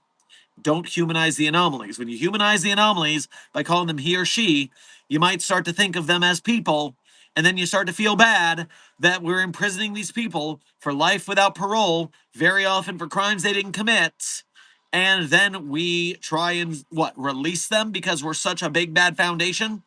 No. They are its. They are objects, not people.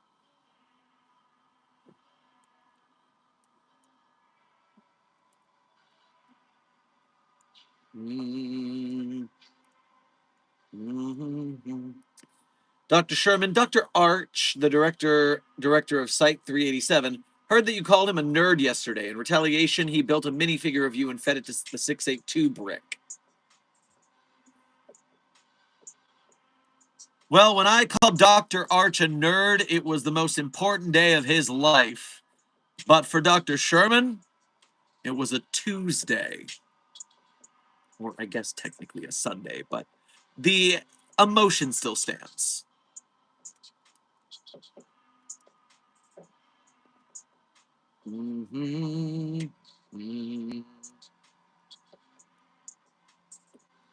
Dr. Sherman, pardon if I may seem a little out of the loop here, but what is the point of the Foundation testing SCPs if their main goal is to contain them and protect the outside world?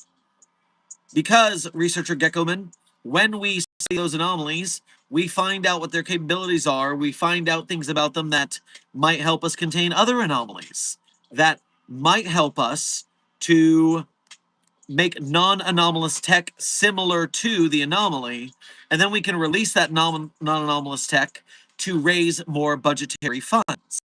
You know, the Men in Black got Velcro from aliens, good for them.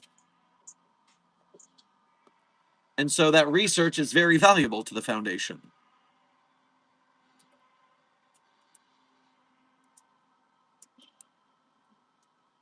Mm-hmm.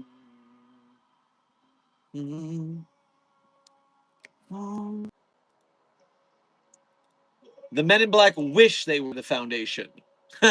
More like the Men in Black are the Foundation bought off a wish. Oh! Get dunked on.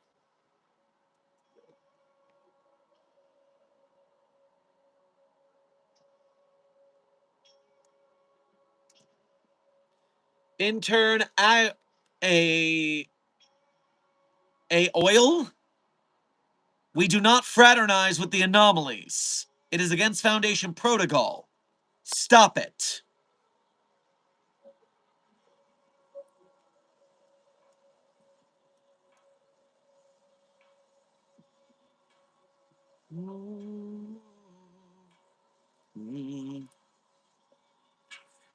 Site 42 staff, before we return to SCP-587, 8567, let me remind you that we are here for SCP Containment Breach, the movie on Kickstarter. It is currently almost a 25K, but we need to get it down the list of stretch goals to 750K to get a full 90-minute movie in movie theaters. And so, make sure that you pledge any amount to this. Every single dollar helps. Kickstarter will let you donate a single dollar. Do it! If 1 million people give a single dollar, it will be funded completely with a lead actor down as the starring role. Who would we get? Would we get frickin', I don't know, Willem Dafoe? Would we get Nicolas Cage? Who do we want to be the star of the SCP movie if we have $1 million to spend? Donate to the SCP movie any amount. No matter how small, it still helps.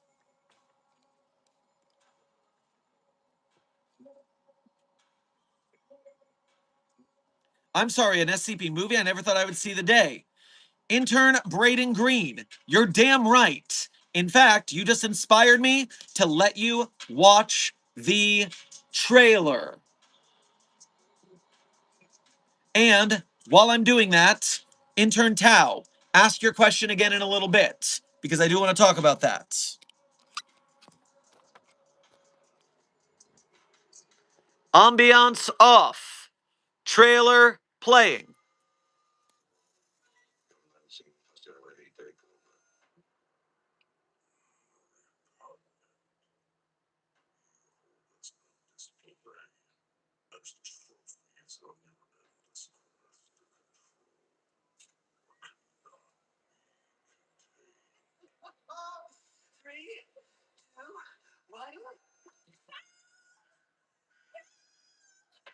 Esteemed guests, friends of the Foundation, beloved colleagues, humanity's greatest threat is not downstairs.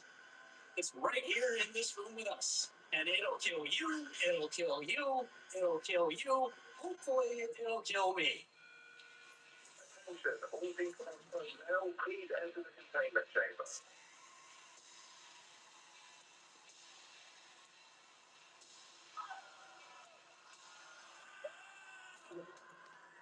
Oof, ow, my bones.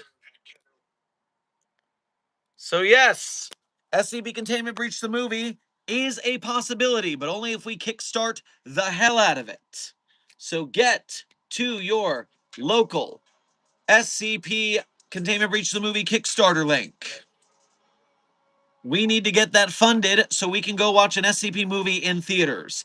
If that exists, I will be holding showings in my local movie theater. I will make an event. We will bring people together and we will all watch SCP Containment Breach in theaters together.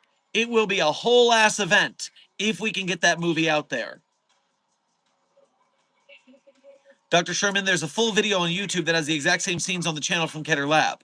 You are correct, because Keter Lab's YouTube channel has not only that, but the 10-minute short film live action where those trailer clips come from. They've got a 10-minute proof of concept, so you can get a more in-depth look at the movie. And so we need to make this happen, people. If you can't donate, which, I mean, come on, donate $1, a single dollar. But if you can't even donate a single dollar somehow, donate your time and effort. Like, share, subscribe, comment, chat, clip it, make edits, make memes, share it so celebrities and news sources see it. Make it trend on social media.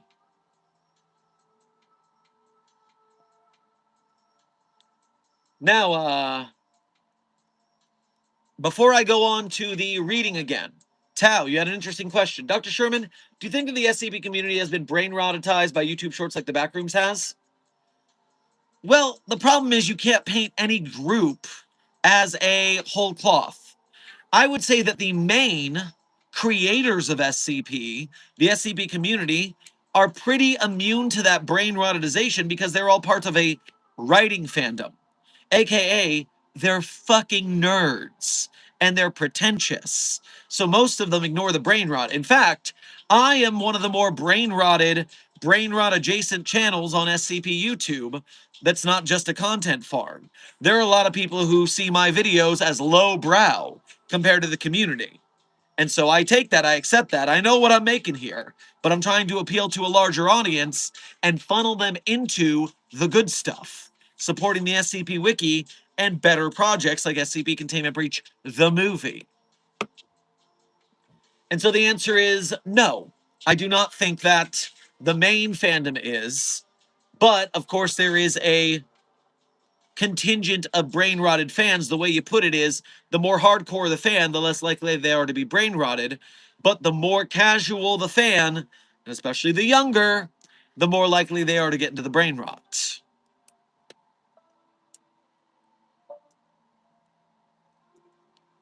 Rebel Commander, thank you for your first super chat of today's stream, as well as all those sparkles from earlier, all those doubloons and all. As well as being a member, grab yourself a Frito chili pie on your way past the commissary. Yeah, but TVA still whip our asses. How beat TVA? The TVA? Come on. The Time Variance Authority?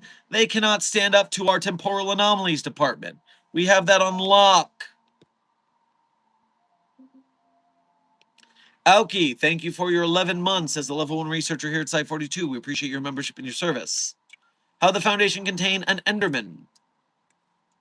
Well, don't they have the same thing as SCP-682? Don't look at them. Or, sorry, 096? Don't look at them. And also, we can contain them in a box and then not look at them. In fact, it's easier because they don't chase you if you look at a photograph. So, yeah, that should be easier.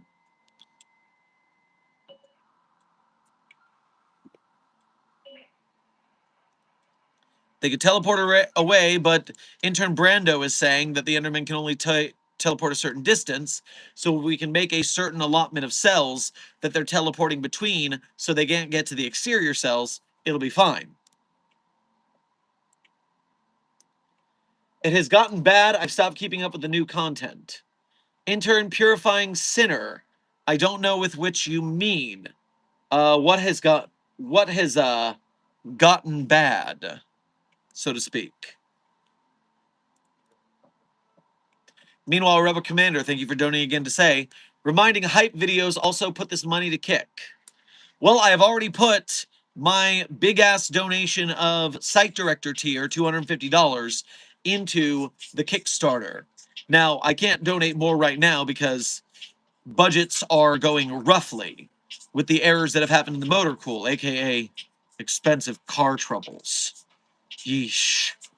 So, we're doing our best out in these streets. Remember, the SCP community knows about starving artists because we're artists. So we starving people.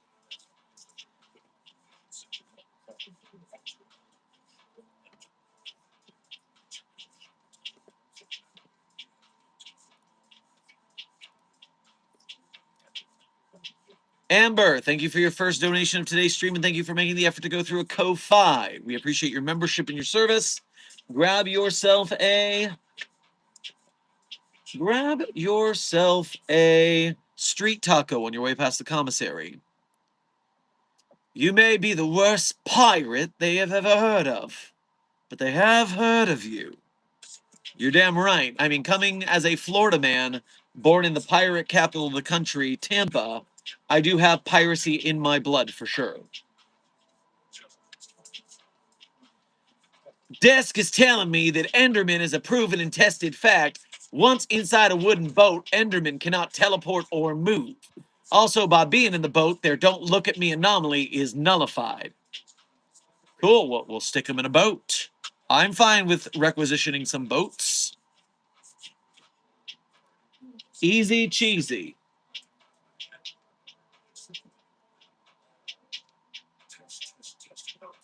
Intern Dixie. We are currently 2 hours and 15 minutes into today's stream with approximately, therefore, 45 minutes left. But we still have to finish the... What's the phrase I'm looking for? We still have to finish the SCP we're reading. So we might go a little over. Purifying Sinner.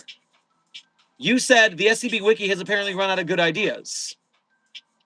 I mean, you're open to you're free to have your own opinion, but I completely, emphatically disagree with you. We have had some bangers in the new series as of late. Most of the time, when people say the SCP Wiki is out of ideas or it's trash now, I usually accuse them of not actually reading it anymore. Because the SCP we're reading right now is exceptionally well written. And I'm looking to see what it's building up to because it is pretty damn good. It's definitely getting an upvote on me based on the character writing alone. But, prize people, Aoki says, amazing. The butt monster, freaking terrifying as an entity. The black marker, the magic marker is a fantastic anomaly. Yeah, no, I disagree completely that the SCP Wiki is out of ideas. There's no such thing as out of ideas, otherwise we'd have been out of ideas as a human species a long time ago. Now, you might be welcome to get bored of the concept of SCP yourself. Overexposure is a thing. And so, that's why I prefer shorter articles and bouncing around, so I get a wider variety of things, rather than sticking on a couple of things.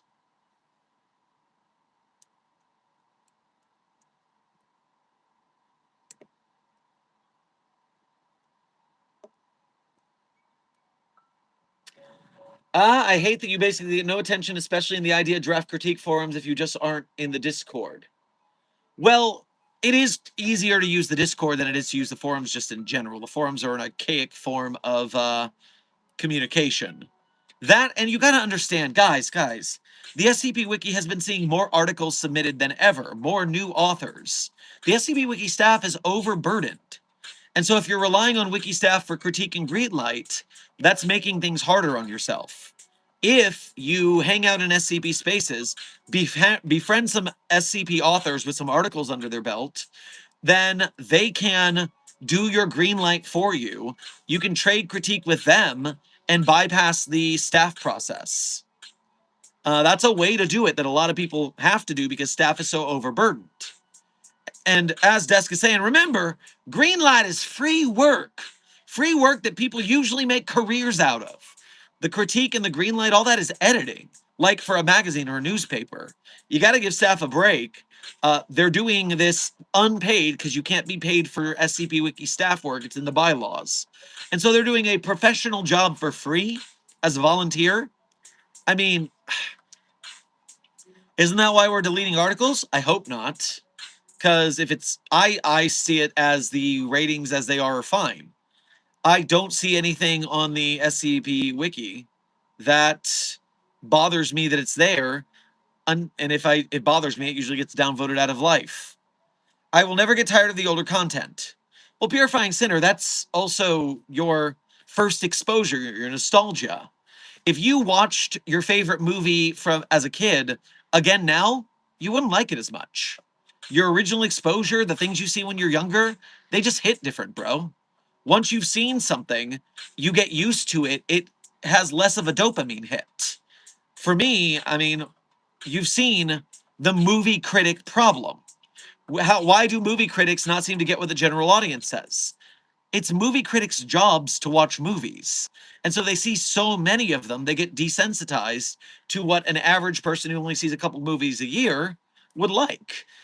Your critics like extreme experimental works because it's not the humdrum blockbuster. So yeah, just, you got to remember, these things are not just your perspective. It's the perspective of a bunch of other people out there, both creators and consumers.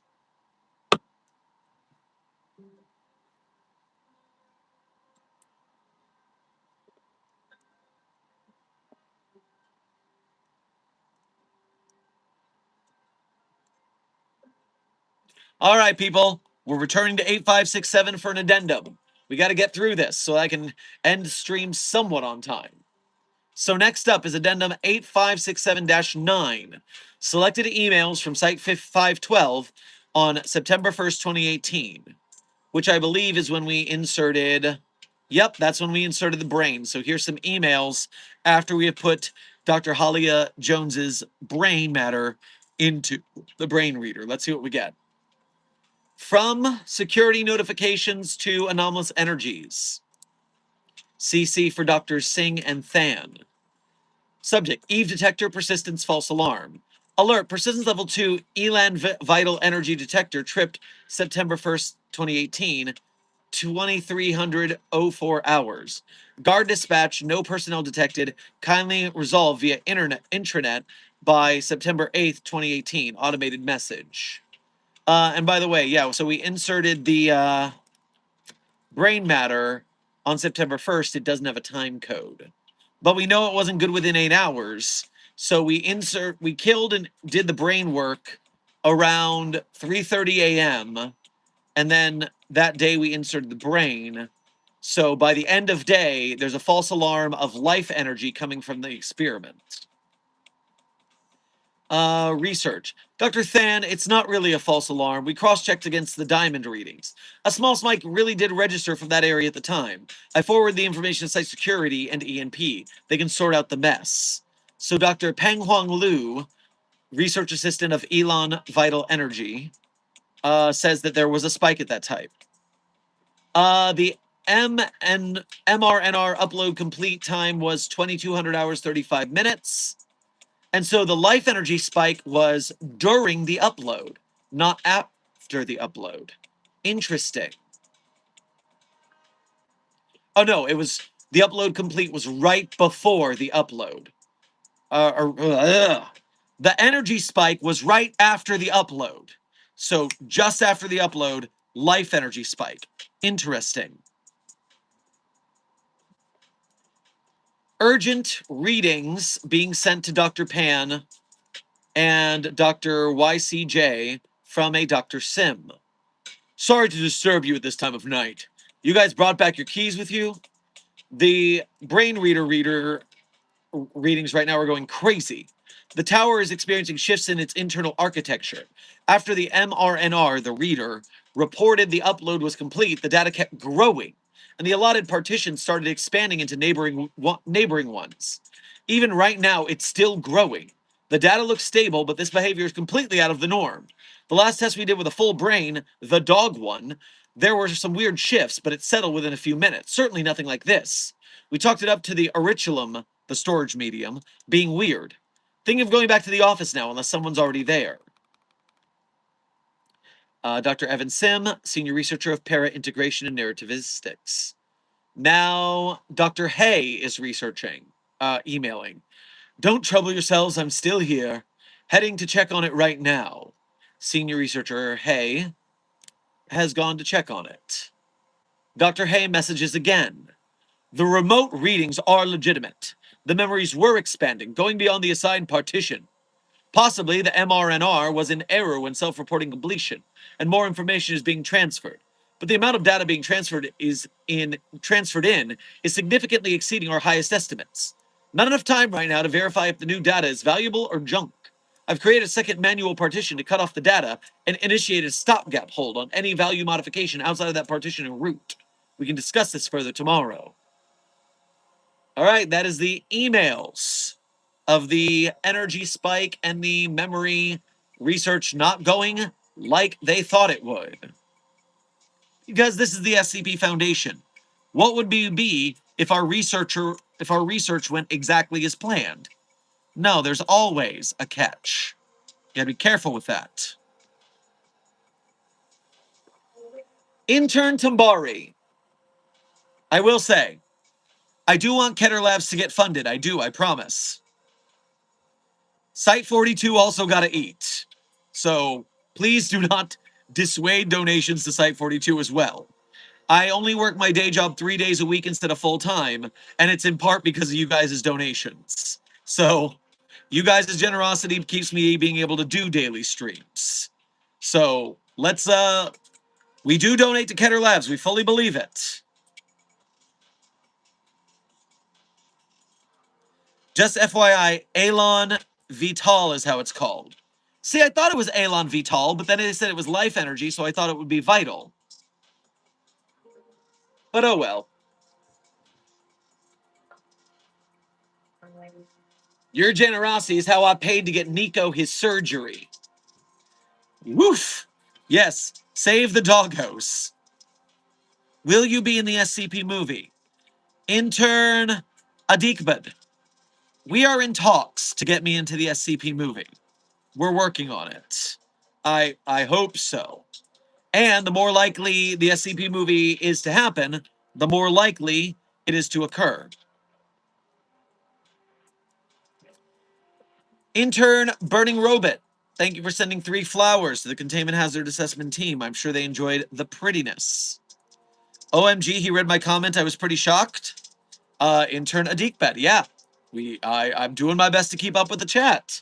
Obviously, I go to the donos first because of their generosity. But if I catch a good question in the white names or the green names, I will answer those as well. Intern Connor, thank you for your first donation to today's stream. Get yourself a milkshake on your way past the commissary. Real quick, why does SCP-729 Test J make you gag?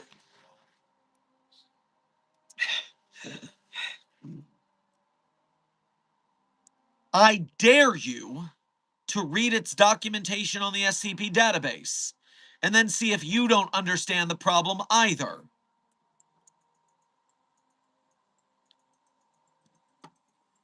Intern Camro, thank you for your first donation to today's stream as well as being a member. Grab yourself a charcuterie on your way past the commissary. What if SCP-096 got stuck in a portal loop? Well, if it was not active, I'm sure it would just fall. But if activated, I'm sure it could reach out with its big long limbs and claw the edge so it could get out and start doing its chase. I don't know if Radiger was joking, but I remember seeing a comment between them and someone else about Rad possibly getting a cameo in the Keter Labs movie. I'm not good at noticing what are jokes, sorry. Well, Froy, Radiger retweeted my Blue Sky tweet to make a joke that if the movie gets enough funding, that they will replace SCP-173 with Radiger, which is all the more terrifying. But if Radiger is openly talked about getting a cameo in the film, I have not heard of that yet, but it would be pretty cool.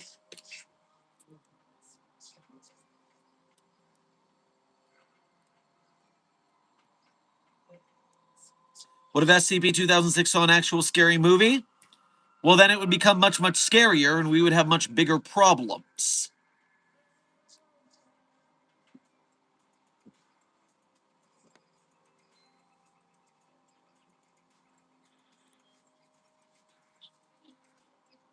All right, chat, I'm returning us to the document so we can see what's going on with that brain eating machine. The brain reading eating machine. Addendum 10, Project Eterna, Phase 2 Emerging Scenario Report. Project Eterna, Phase 2 Emerging Scenario Report, Experimentation Paratechnology Site 512. Yeah, document. Phase 2 proceeded as planned before development of an emerging scenario on September 1st, 2018. Unexpected observations are as follows. 1. Unexplained growth in memory structure. The memory structure extracted from Dr. Halia Jones was intended to stay confined within partition Dev SOD 28. However, shortly after transfer of the data was complete, the memory structure, seemingly autonomously, began to overrun into architecturally adjacent partitions. This situation was contained by Dr. Hay, who drew a new partition table and manually prevented modification outside of the new partition, Dev SOD 03, thus containing the memory structure. Since then, the structure has come to occupy the whole of the partition. Number 2, unexplained novel data streams. Despite comprehensive mapping and isolation of all human-specific sensory streams, one or more new data streams exhibiting unique info signatures have emerged. Efforts in isolation and analysis are ongoing. Number 3, Eve pulses from the mRNR, alerted by site security and anomalous energies. That's Elan Vital energy. Number 4, rapid and uncontrolled alterations of stored data. Of the data we can access, large chunks appear to be continuously rewriting themselves. Alterations are always minuscule, with the fundamental content of the chunks remaining static. Observations yield 3 particular file families with the highest frequency of alteration. A. Subject staring at her phone, typing in a message to her father before deleting it. B. Subject opens her mailbox and several letters fall out, all written with the same handwriting. Subject throws the letters into the garbage. C. Subject sitting in the passenger seat of a car, desperately looking around before a sudden car crash. Proposed action, continue observation, do not attempt to stabilize or freeze the data. We can't take risks with this. We're going to do this next interview because it's short, and then we'll return to the chat. Addendum 11. Excerpt from Dr. Jones's third post-approval interview. Interviewer Dr. Hay. Interviewee Dr. Jones. Date August 5th, 2018. Well, this isn't in the list of questions. Do you believe there is something after death? Maybe. This will surprise some of my colleagues, but my answer is yes. You know, it's like Hume's guillotine, but reversed. I can't bring myself to believe in a world so cruel where death is a definite and total end. Or maybe I'm just engaging in delusions as my own death approaches. I'm sure the psychologists will decide for posterity. For me, there isn't a living without discovery. You can't live, can't exist without seeing new things. The idea of being trapped in a static state, well, that's the kind of thing that makes me wake up in a pool of cold sweat. I really do. So I can't bring myself to believe in that. Now, I don't believe in anything specific, not religious here. Clive was, but he also wasn't in the Foundation. Well, I think the prospect of anything at all is much better than nothing at all. You've been asked about motivations. What major regrets do you have? Regrets. They're much less pleasant to talk about, aren't they? I can't help myself. I regret so many things. Friends or family I've left behind, decisions I've made. I can't help but dwell on it, you know? I mean, of course you do. You've seen my psych report. And I always wish I could have spent more time with Clive. I wanted to marry that man one day. But then he died in that crash, and I always think, why him and not me? Or why not me too? Or, sorry, I try not to think too much about these things. Hope that'll do. Addendum end. Returning to chat.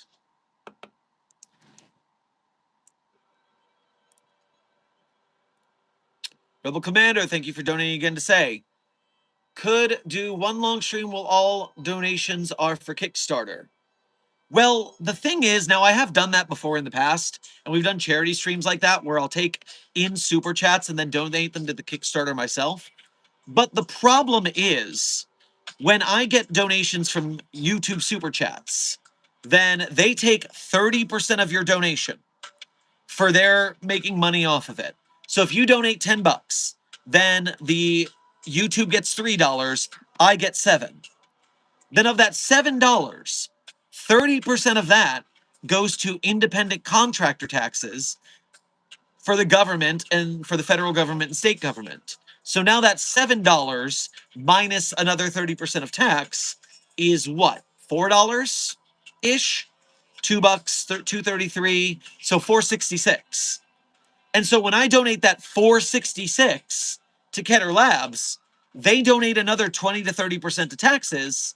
All of a sudden, your $10 donation is $3.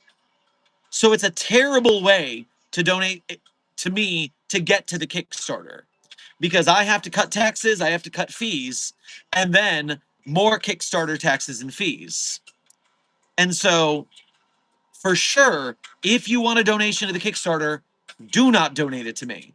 Donate it to the Kickstarter, or give it to someone in cash to donate it on your behalf.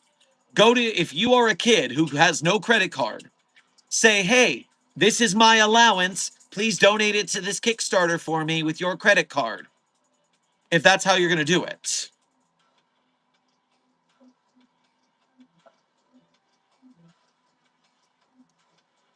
It sounds exactly like game platforms taking 30%. Correct me if I'm wrong. Stardust the Lane, that's exactly what it is. Every platform's going to take a cut, and the government's going to take a cut. And so the less middleman you make, the better it gets.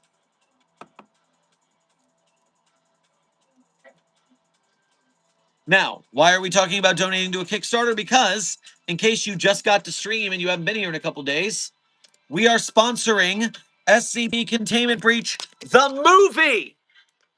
SCP Containment Breach, the movie, based on the game of the same name. They are aiming for a feature film to be shown in theaters. We need people to donate to this Kickstarter because if we get them to their stretch goal of 750K, then they will make a studio level 90-minute in theaters SCP film. If everyone donates $1 million donation singular will get us there in spades. If people donate $5 or $10, they're donating on behalf of people who can't donate. I donated $250, even though I'm going through some particularly hard times, because we need this to happen.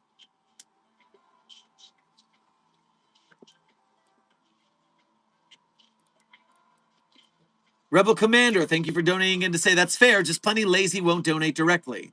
Yes, laziness is what we have to overcome, but we have to overcome it with urging. Donate to the Kickstarter, people. I'm telling you, $1 is enough. Do not let this opportunity pass us by. I am not throwing away my shot. We are not going to wait for it, wait for it, wait for it, wait. We need to make this movie happen, people.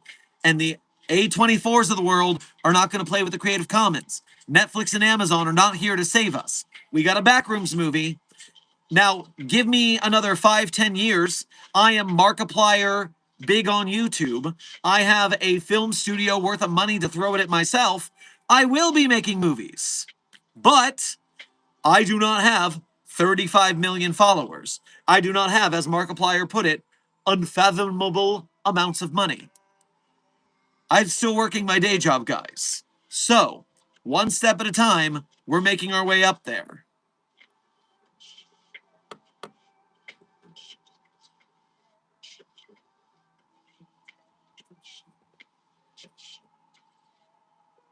Ooh, I like the hair. Thank you, Annie Stars. I appreciate it. Mind you, Sherman is in his 30s, so. What do you mean by that, intern Tambari? What do you mean by that? Markiplier's in his 30s. He made a movie. Plus, I've got kind of a baby face. I don't look old. I need to age into being old enough to play a site director in a movie. I'm still working on it. I'm a growing boy.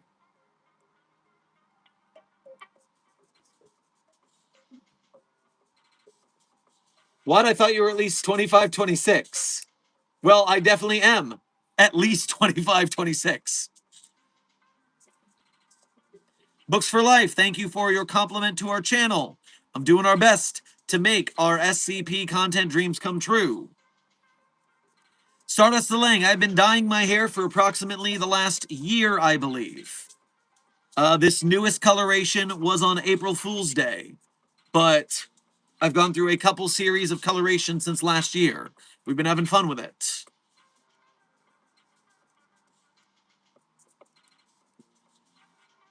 I just joined the SCP fandom. Welcome aboard. Welcome aboard. I'm proud to have you aboard the SCP fandom. It's a pretty great place to be. My goofy mind thought Dr. Sherman was 25. Well, thank you very much for the compliments on my youthful appearance. Turns out my exercise routine is good. Join the Foundation Fitness Initiative. It makes you into a vampire when it comes to aging, not when it comes to biting people and drinking their blood. That would be bad. It doesn't do that.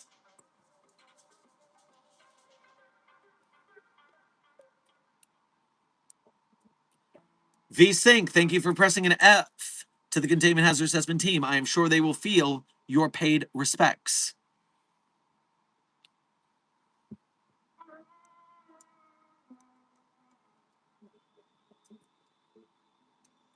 Is there a Home Depot SCP?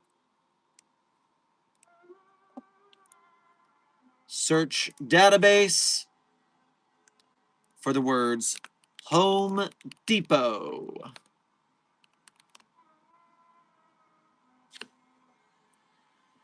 During the tale, Director House is a cracker and other lies you can tell yourself. Apparently, they visit a Home Depot. SCP-3999 mentions Home Depot, but there does not seem to be a dedicated Home Depot SCP.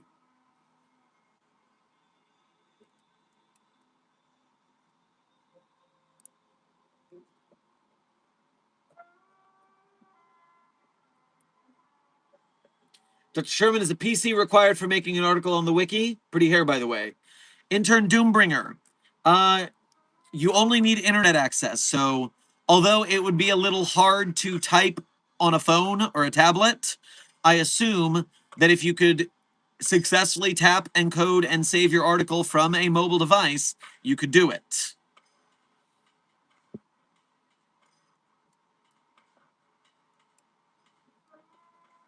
I have edited SCPs from mobile, but I have not written a whole one on mobile. That would be a little difficult. All right, Site 42 staff, we are going back to the article, but before I do, reminder, in case you didn't make it to stream and you are here, we are celebrating and hyping SCP Containment Breach the movie, which just broke $25,000 while I had the camera pointed on it. Hell yeah! Good timing, donor. And so let's celebrate by watching the trailer, in case you didn't know that there was an SCP Containment Breach movie coming.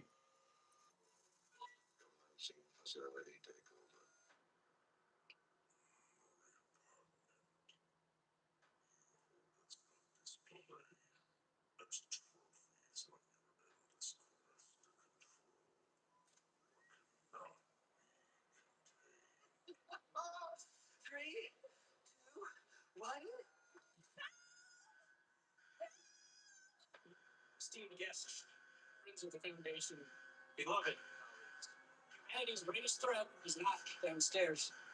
It's right here in this room with us. And it'll kill you, it'll kill you, it'll kill you, hopefully it'll kill me. Attention, leaving now, please enter the containment chamber.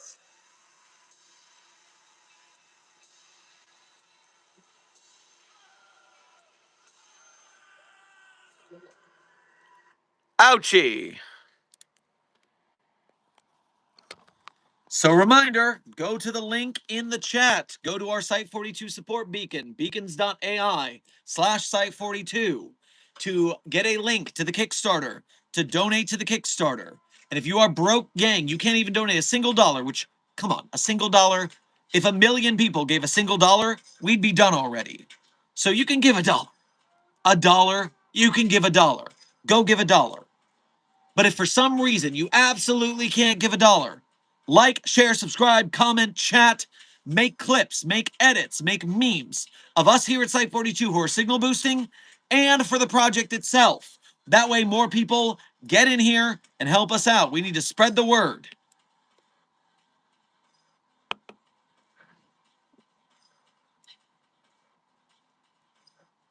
Just a reminder, the bad one had a budget of $250,000.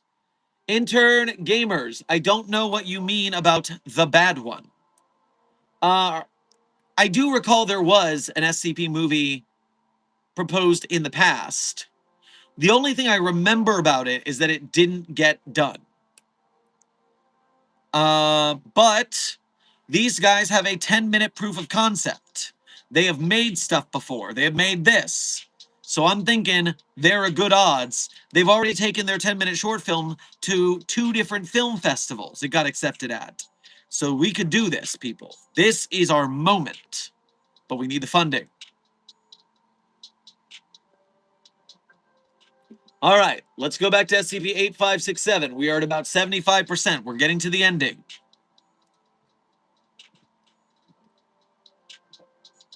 Addendum 12, Project Eterna, Internal Memo 256, unfiled. Record, efforts to stabilize memory. Feel free to add to the list. Whenever you get approval for any greater than SR to test it out, proceed and mark it.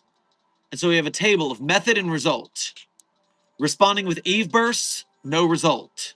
Feeding new neural matter into the mRNR reader, rejected by Dr. Pan. Shrinking partition size manually can no longer be done.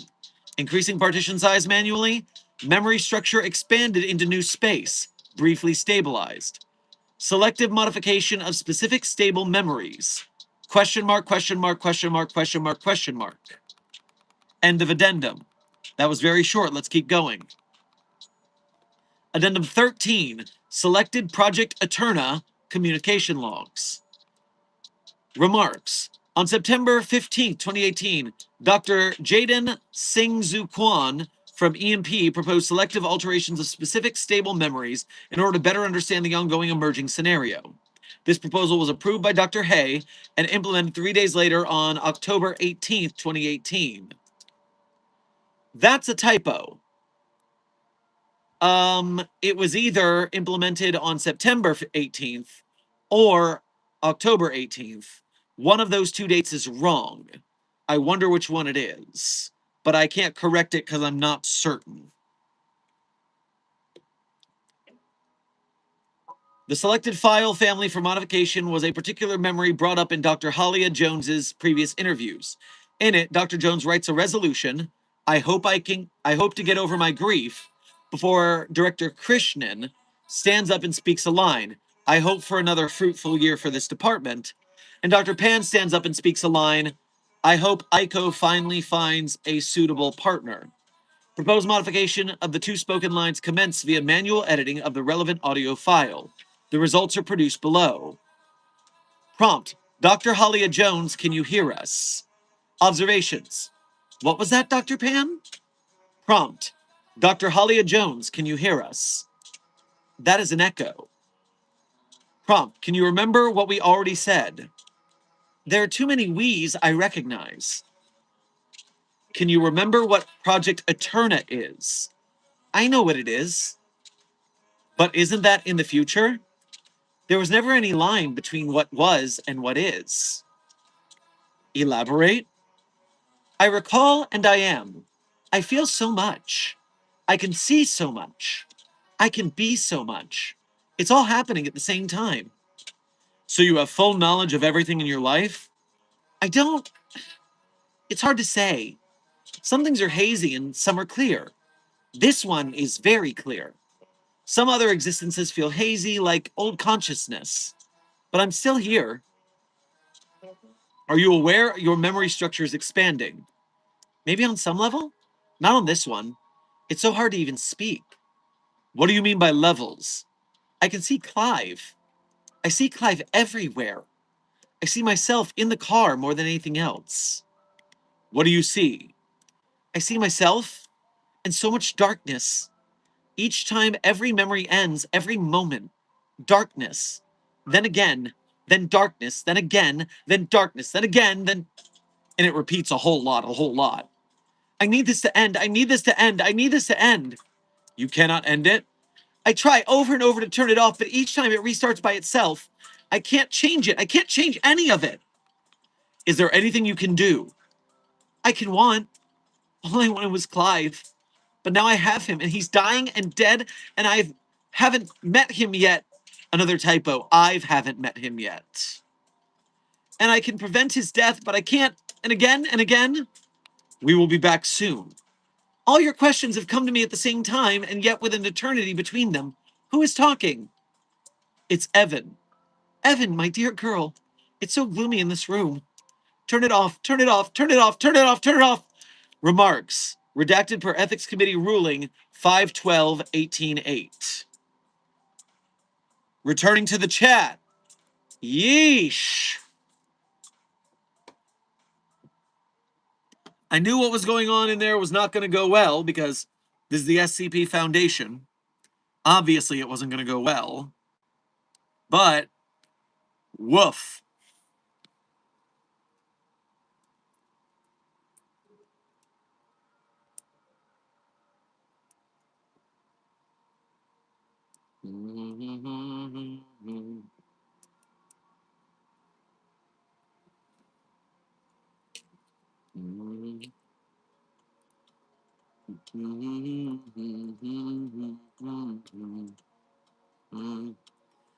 It'd be really funny if I just showed up on the SCP movie set. I'm going on vacation to Cali sometime soon, so if it gets funded, that'd be really funny. Well, it's not going to be shooting until 2028, so you're trip would have to be delayed a lot for that to happen. Intern Slayora and Yavin Luke. Welcome to Site 42 staff. Thank you for subscribing.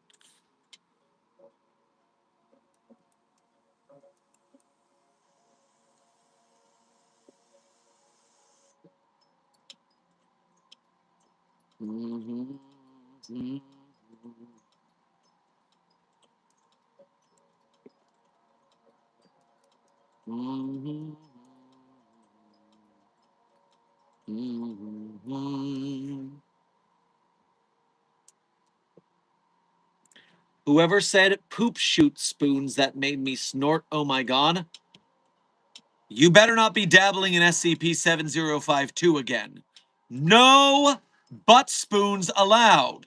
That's Foundation protocol.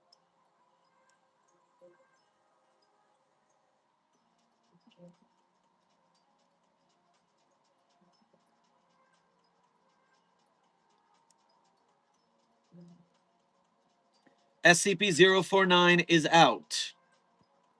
Well, Intern JMD, I hope you appreciate and support 049's gender identity then. Good for it.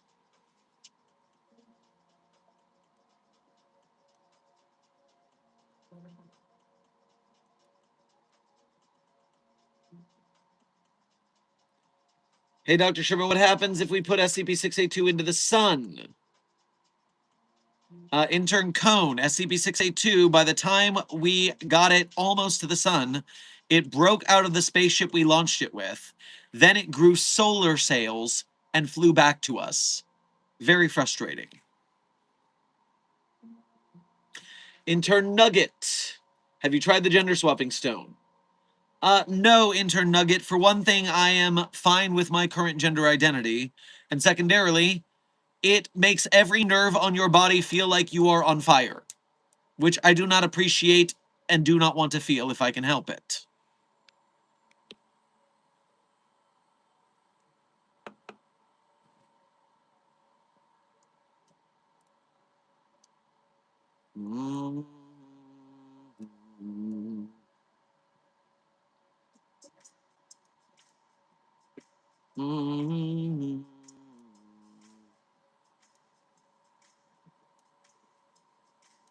I'm not fine with my gender identity. Give me it. Any stars? SCP-113, the gender switching stone, is part of the Foundation's standard healthcare plan. So apply to HR, do your proper paperwork, talk with the on-site therapist, check all your boxes, and then the next time 113 comes by your place of employment, it will be available for your use. We have to do all the proper paperwork because 113 has a non-zero chance of death. And although the odds are very much in your favor the first time you use the stone, every repetitive use has a higher chance of killing you. So we only want you to use it once.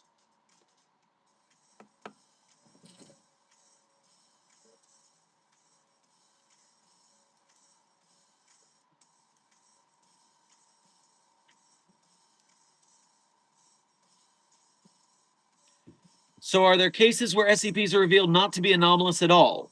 Intern Stardust, what you're talking about is a classification of documents in the SCP database called the EXs, otherwise known as explains.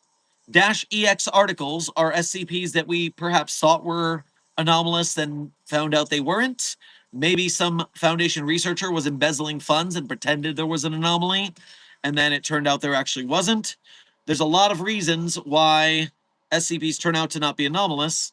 That is the SCP explained categorization.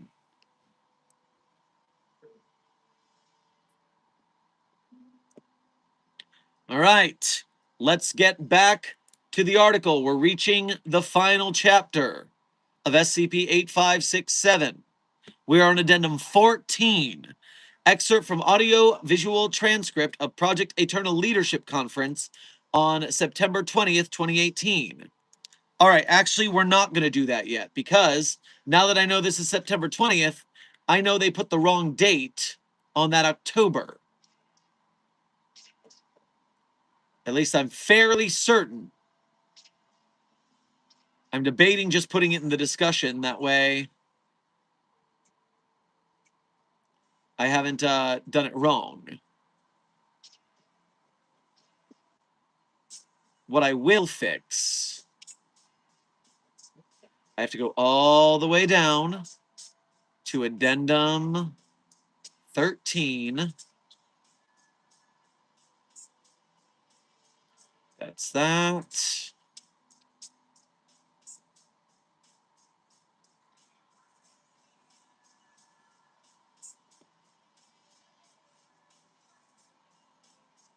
If you want to know dying again, and I haven't met him yet. So 1, 2, 3 deletes. And typo fix in addendum 13. And then I'm going to change the date because I think based on this, that is what I should do. Changing date, I believe, was wrong in addendum 13 as well. And so that's September 18th. That's September 15th.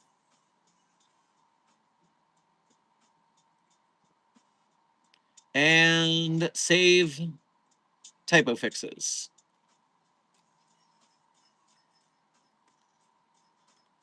All right, now addendum 14. It was going to bug me otherwise. All right, addendum 14, audio-visual transcript.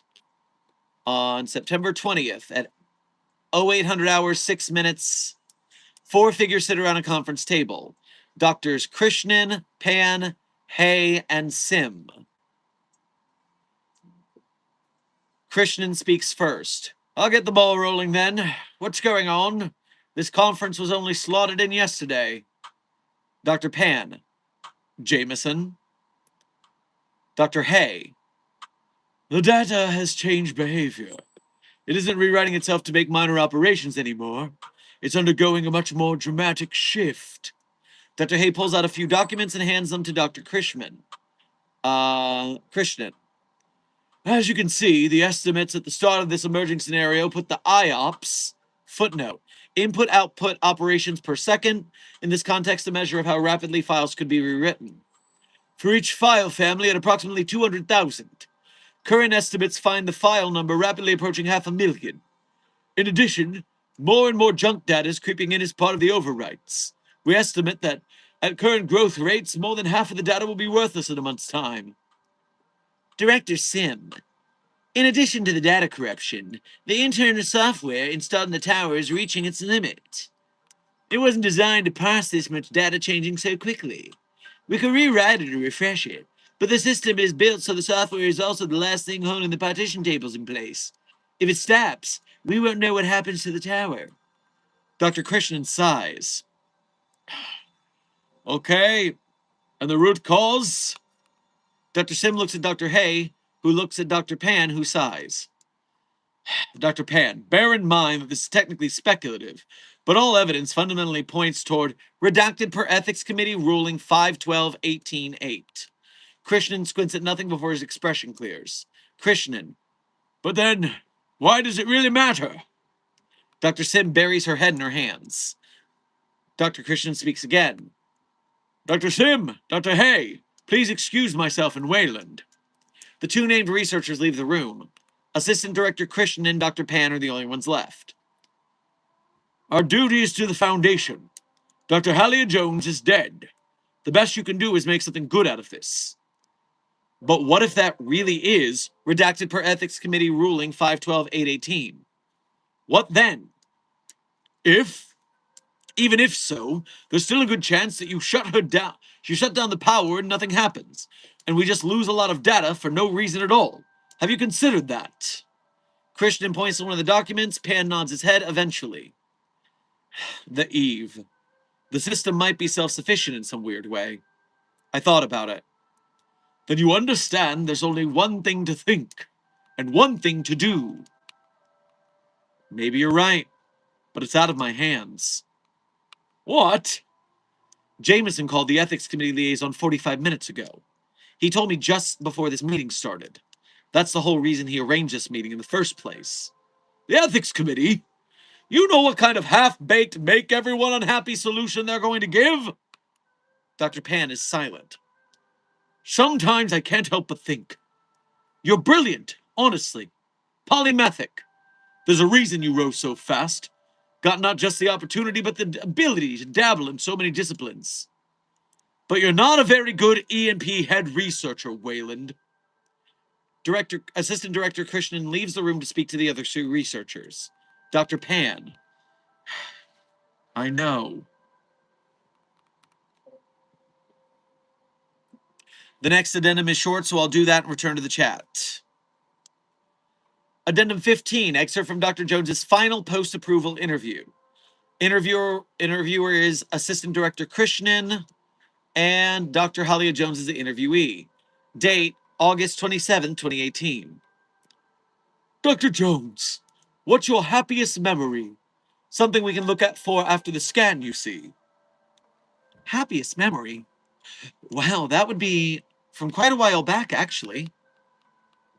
It was my 25th birthday, and Clive wanted to really celebrate it.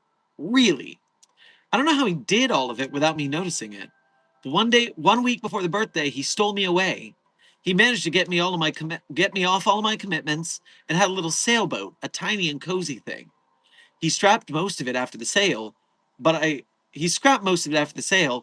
still keep the wheel and keel at home. Anyway, he dragged me along and we set sail. And we spent 2 or so weeks on the high seas, going near coastlines and across oceans, fishing and swimming, and it was such a sweet time. Everything else fell away. That was maybe the moment I realized I could never love anyone as much as I loved Clive. He was special. So special. All I wanted was him. All I ever could want was him. And on the night of my birthday, he took me by the hand and led me to the top of the boat. And we lay down, and as I stared at the stars, he kissed me and whispered in my ear. And in the darkness, I never felt such an overwhelming calm in my life. The seas were calm, and the sky was so clear, and everything was perfect. Of course, 1 week after that, we touched back down to land, and life continued.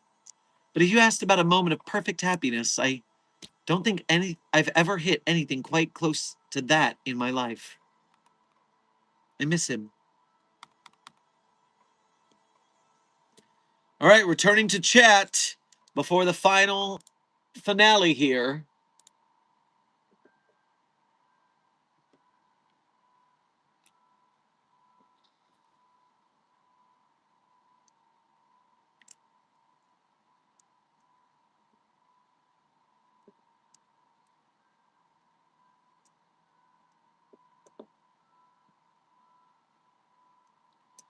Listening to this to fall asleep right now. Well, intern weird. SCP documents are great to fall asleep to. That's why I have a whole playlist on this channel of SCP readings that you can go through and enjoy the stories read by yours truly or also some guest readers. So I want to start writing an SCP, but I have no idea where to start. Any tips? Stardust the Lang. I'm going to give you 2 pieces of information here. To start, the first thing you got to do from a story perspective is think of a story that you want to tell, an anomaly. Think about some sort of magical thing, and then think about if the SCP Foundation is containing it. If they are, how are they containing it? Why? What's going on with it? Are they studying it? Did it kill some people? Think of your story, and then think of how it interacts with the SCP Foundation universe. Furthermore, on the SCP database, from a more grounded perspective, you should go to the SCP homepage and go to the sidebar. And here at the top, you see the guide for newcomers, how to join the site, contribute, frequently asked questions, Universe Hub. This is your home for joining the site and getting used to the SCP Wiki and understanding how it all works. And so the 2 sides are figure out your story and what you want to write. and then go read the intel on how to get to be a part of the community.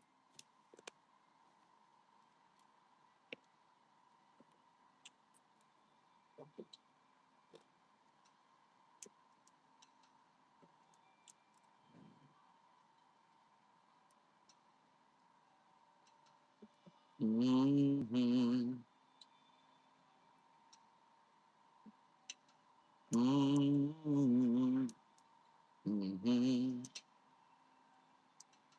Mm-hmm. Mm-hmm. Mm-hmm. Mm-hmm. Mm-hmm. Dr. Sherman, what would happen if SCP-096 were to wear SCP-323? Researcher Geckoman, we're obviously not testing that. That is far too dangerous. 096 does not need to get hulked out Wendigo powers. No, just no.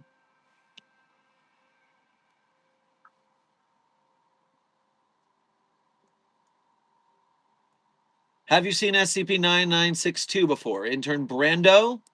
I don't remember off the top of my head what SCP-966 is. Sorry, 9662 you said? Or 9962? What was it? 9962 you say? That is... I do not recognize this document, so my answer is no. At least I don't remember it.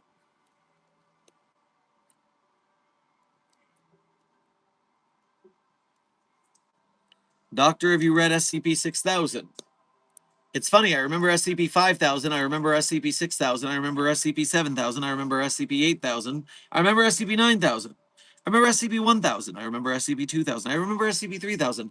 Why is SCP-6000 the only one I don't remember what it is?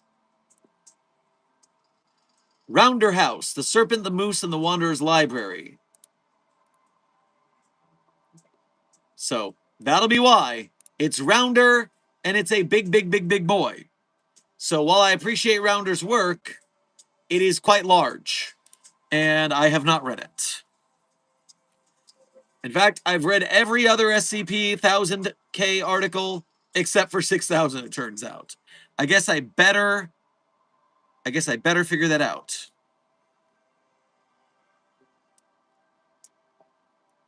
Thanks for the tips, Dr.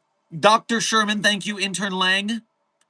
Thank you for Doctor, not Mister. Come on now. But have fun with your writing. Good stuff. Love it when more art is being created.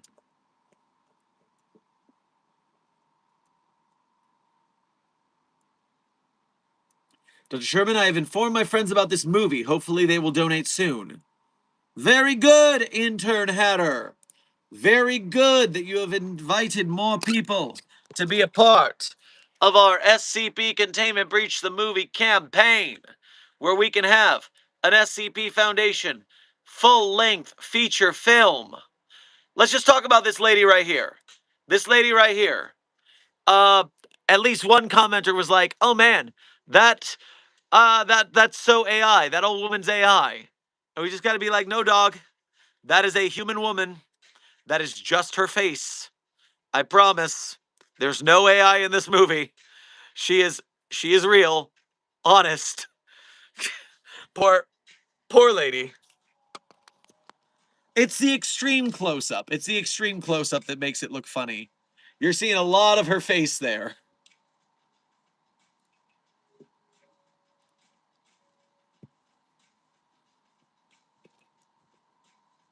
All right, Site 42 staff, we are at 3 hours and 10 minutes of stream. We have gone over my estimation. I just donated $200. My name is Dr. Bleak, scientist, and tester of the SCP Foundation. I work at Site 119, Nebraska, applying to join Site 42.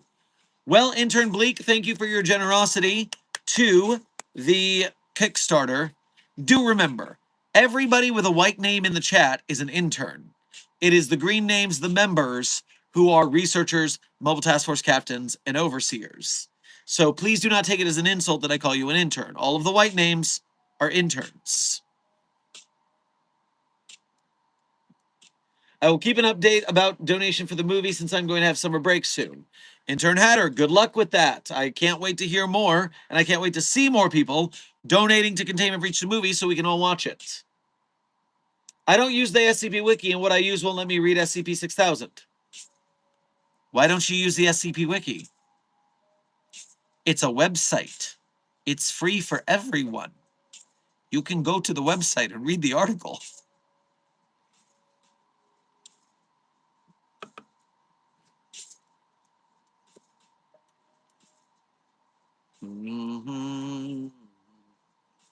All right, people. I'm already over time. Let's finish this article so at least we're in the last phase of Q&A before we sign off. Addendum 16. Excerpt from Project Aeterna Postmortem. All right, this is going to be our wrap-up, so let's see what we got here. Project Aeterna Postmortem, Experimentation in Paratechnology, Site 512, commissioned by Assistant Director Krishnan, supervised by Dr. Pan. Report. Project Aeterna has been formally shut down by the Ethics Committee per ruling 512-18-8 and has been formally designated as SCP-8567. The team will be properly disbanded on January 1st, 2019. Containment procedures must be submitted and approved before that date. Appendix G, report on incidents related to power off, from Dr. Hay. During the process of power off of the MRNR, several unforeseen events occurred. They are listed below in chronological order. The power off sequence took 38 seconds, and timings are calculated from the point the command was given. At 5.1 seconds, data corruption instantly stopped. 13.6 seconds, memory structure begins to shrink rapidly. Several streams of data collapse. 18.9 seconds. Memory structure restabilizes, now shrunk to 0.047% of original size. 24.1 seconds. Every file family in the new memory structure begins convergent self-modification towards a standard filed family. 30.3 seconds. Modification ceases. Every file family in the new memory structure follows the following standard format. An image file of stars in the night sky, all from a perpendicular or near perpendicular perspective. A proprioception file following a gentle and periodic rocking motion. An olfactic file composed primarily of dimethyl sulfide. A haptic file of a feeling of a breeze against one's face. An audio file of ocean sounds and a whisper from a male voice. And the final file is just the memory of the perfect day. Love you, Hallie.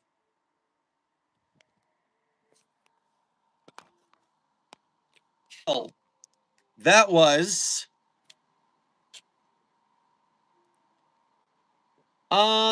sweet. That was overall sweet. We put her brain in a jar, and she had some panic, but it seems like she is now resting in her favorite memory.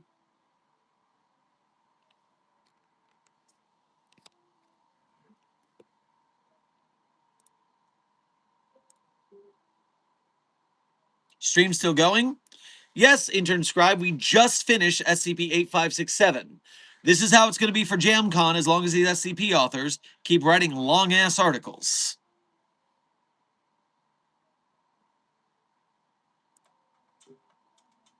So, now the question is, what do I feel about this article for its vote?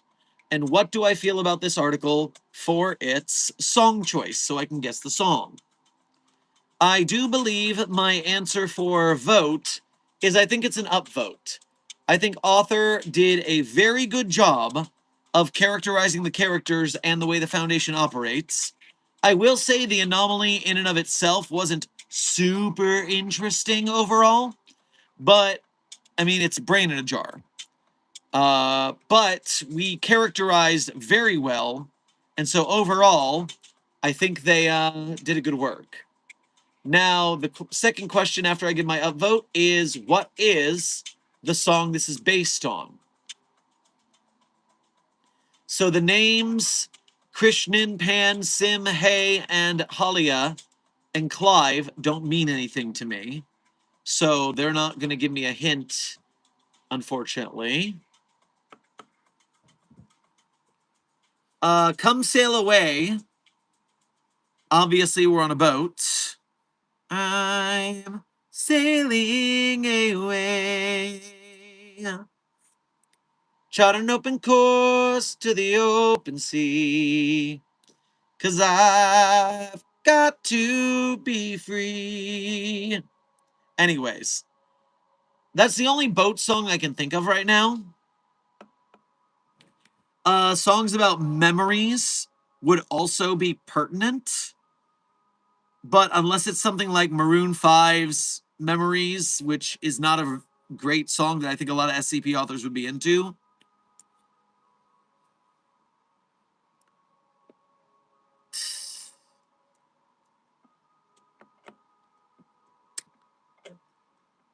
I guess I gotta go with Come Sail Away because I can't think of any other boat songs, and I don't think it's gonna be the Maroon 5 one. So, okay, let's... Jimmy Buffett has a lot of boat songs, but those are very happy boat songs, Redfail. That's a good point.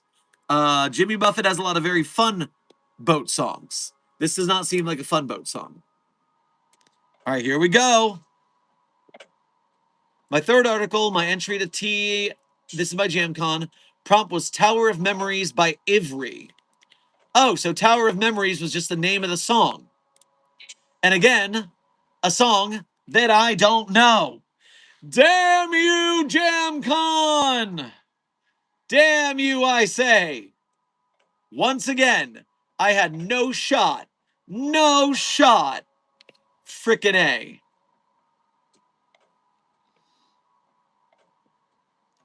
Gecko Man, you're writing a first SCP about an anomalous backpack? Good luck, make it happen. Regret has a nasty tendency to paralyze, and only when facing the end does Halia focus on the beauty. In the end, was she the right person to put in the machine, or would anyone else in the same situation have been equally unable to cope? On a meta level, I try to make the article itself a tower of memories. Halia is the beating heart of the article, and in between all the sci-fi BS, she's really the only important thing. Of the glimpses we get into her life are enough to show how special she was. I do like how Halia really does haunt Evan forever with some devastating last words. Yeah, no, overall, the characterization of Halia, the heart of the piece, is real solid. So, like I said,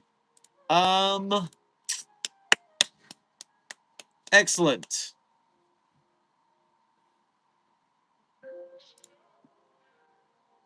All right, Site 42 staff. We have, I'm going to give it 10 more minutes for general Q&A before we call it. That'll give us a 3.5-hour stream. So, Amber, thank you for your 30 months as a level 1 researcher here at Site 42. We appreciate your long-term service and membership. In Roman numerals, the number 30 is triple X, hashtag number fact. So, yes, it could be alcohol on old-timey alcohol bottles. It could obviously be X-rated pornographical works. It could also be a Vin Diesel movie. You have lots of options for what your triple X is there.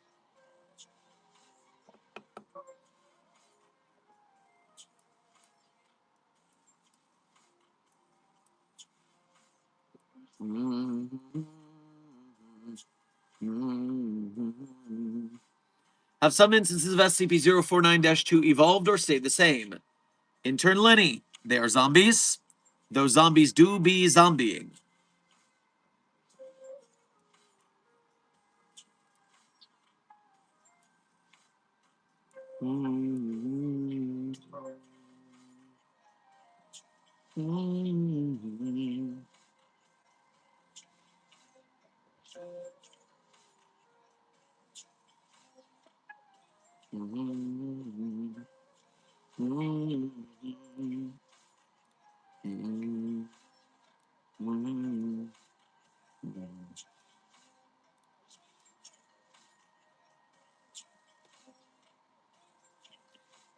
Is there a Jenga SCP? Well, intern Bartlett, you're going to learn you something right now, but you're going to learn you something the long way. When you go to the SCP database, there is a search function. And so you type in the word Jenga in the search function. Jenga is mentioned 140 times on the SCP database. SCP-2753, codename Let's Play Jenga. Well, there is a Jenga tournament of some sort. Oh, and Boston Anomalous Art Expo. So there is some Jenga for you. Log of anomalous items. There's a pair of macro quantum entangled Jenga sets. Still talking about Jenga stuff from this article in another one of his articles. Their articles. Every time Hippo's the author, the name is mentioned somewhere on the page. So, yes, there is a Jenga article, and now you know how to look for things like that in the future.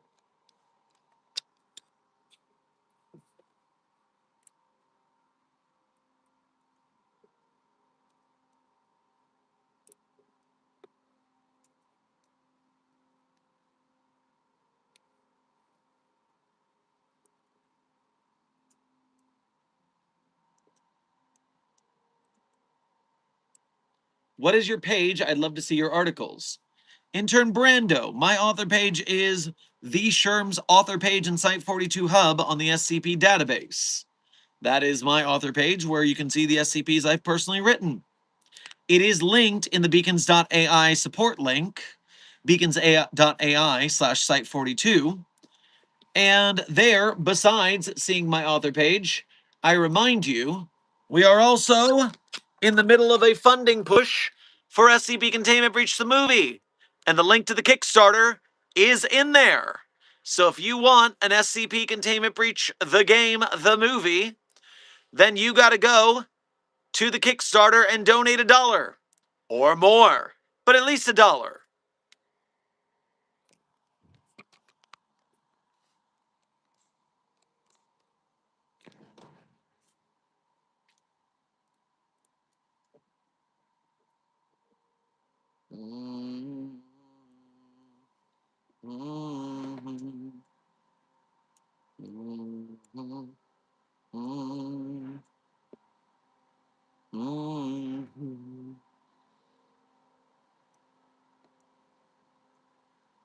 Hello, I've been watching you for 3 years. Well, intern Wubber Lubber, I hope you've enjoyed your time here at Site 42. We're doing our best to support the SCP Wiki and its stories and its future film prospects as best we can. Containment Hazard Assessment Team, do remember there is a moderator in the chat. If you see the blue name, you must read what it says. Because Desk, our moderator, not only tells you if you're breaking rules, in which case you might luckily not be banned because you learned you were breaking the rules before he banned you, but furthermore, sometimes the desk answers your questions. Like in the context of intern JMD, who is asking, is there an SCP dog, is there a dog SCP? Desk has already answered you with a dog SCP. Now, there are also more dog SCPs. In fact, there's an entire tag on the SCP Wiki for canines. And so you can look at the canine tag on the SCP Wiki to see that there are 150 on the dot canine anomalies. 150 even.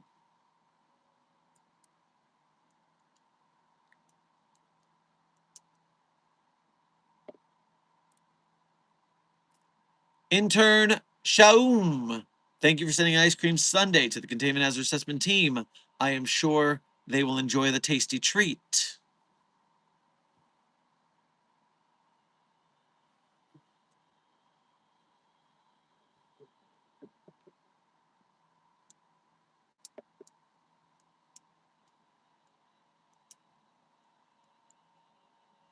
If someone like me is bi gender, how would SCP-113 affect them? It seems like 113 is both affecting you based on your identity and biogender. Freud, the answer is when it comes to non-binary identities of any sort, SCP-113 acts rather unpredictably. For instance, in the past, one non-binary researcher in a tale called This is a Foundation's Tale After All, I think is the name. The non-binary staff member became a metamorphic cat girl. A metamorphic cat girl. So yes, SCP-113 has some major unpredictability when it comes to non-binary identities. Be cautious.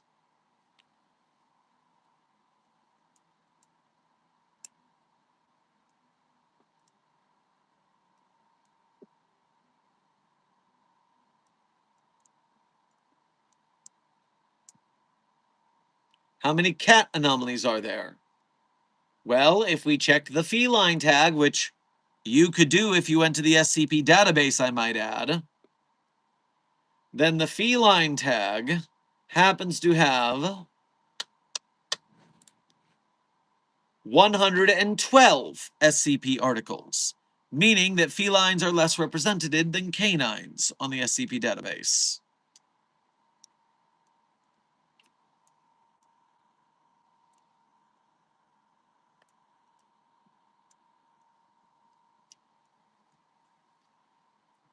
Shaun, thank you for sending a flower to the Containment Hazard Assessment team. I'm sure they found it, 3 flowers.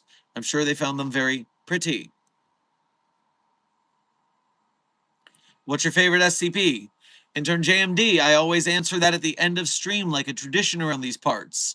And seeing that end of stream is about 4 to 5 minutes away tops, you can wait around for a little bit, or you can go to yesterday's stream to watch the ending and cheat, or you can donate, and I will say them right now in return for your generosity.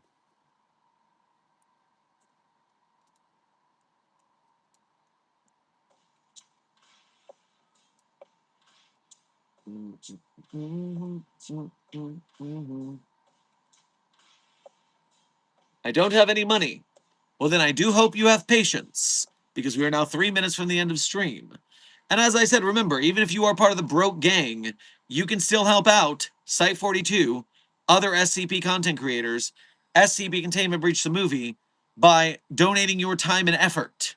By liking, sharing, subscribing, comment, chatting, making clips and edits and memes, you have the capability to spread ourselves through the algorithm so that more people find out about the SCP fandom, about the works we make, about how badass we are, and we can get SCP Containment Breach the movie funded because more people who might have money see it. So if you are broke, gang, you definitely need to go and help us with the algorithm side.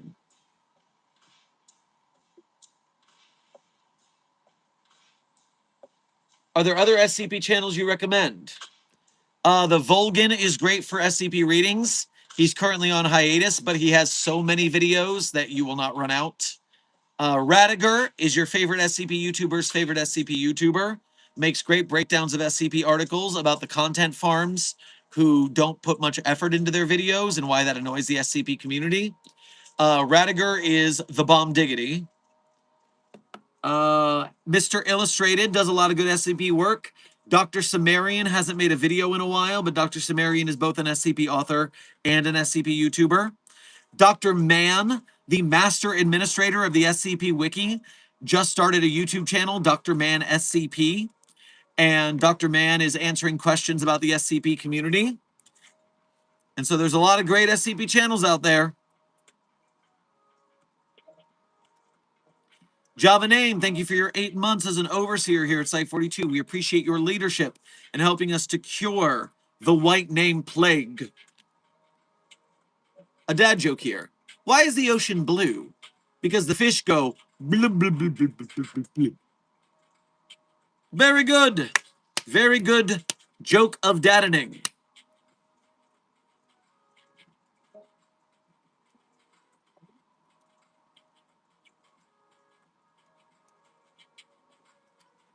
So, Site 42 staff, we are at the end of today's stream, and as I do at the end of every stream, I tell you guys my favorite SCPs. I'm not going to tell you that my favorites are the ones I wrote, though. That would be narcissism. But you can read the SCPs I wrote on the author page of the SCP database, the Sherm's author page in Site 42 Hub. You can check it out and enjoy the SCPs I personally wrote. And while you're on my author page, one tab over, you'll find a list of links. Links that a lot of people ask about in the chat, but then they just aren't clever enough to find, sadly. But that's not you guys. You guys are clever. I'm sure you'll find those links. You're talented. You're determined. You're actually pretty okay looking, if I can say so platonically. Hashtag asexual, not hitting on you. Just, you're looking good today. And so while you're at those links, you can become a Patreon patron or a YouTube channel member to donate to us monthly. You can do a Ko-Fi or a YouTube Super Chat to donate to us one at a time. Either way, we appreciate your generosity because as intern Maximilian asked, are you a full-time content creator or do you have a side jobs? I work my day job 3 days a week thanks to you guys' generosity. And it helps out the Site 42 staff who work with me. I am not a full-time content creator. We still have a ways to go to get there. But with your help, we are making our way. We are growing every year, and we thank you for your help. Meanwhile, if you cannot donate, do not fret. Starving artists are part of every arts community, and you can still help us out as a member of Mobile Task Force Psi 42, codenamed the Signal Boosters. Like, share, subscribe, comment, chat, make clips, memes, edits. Do it for us here at Site 42. Do it for the SCP content creators we support, the SCP Wiki and its authors and artists, the filmmakers, animators, game devs, podcasters, merch makers.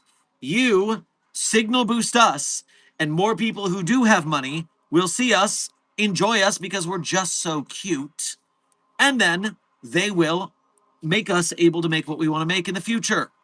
And so your effort is what you donate if you don't have the cash. We thank you. Now, without further ado, my favorite SCPs in no particular order are SCP-3999, SCP-3043, SCP-008-J, SCP-Spooky-J, SCP-5031, SCP-5175, SCP-5320, and SCP-8980. Content warning on the last one. It's a bit of a rough read. Speed round.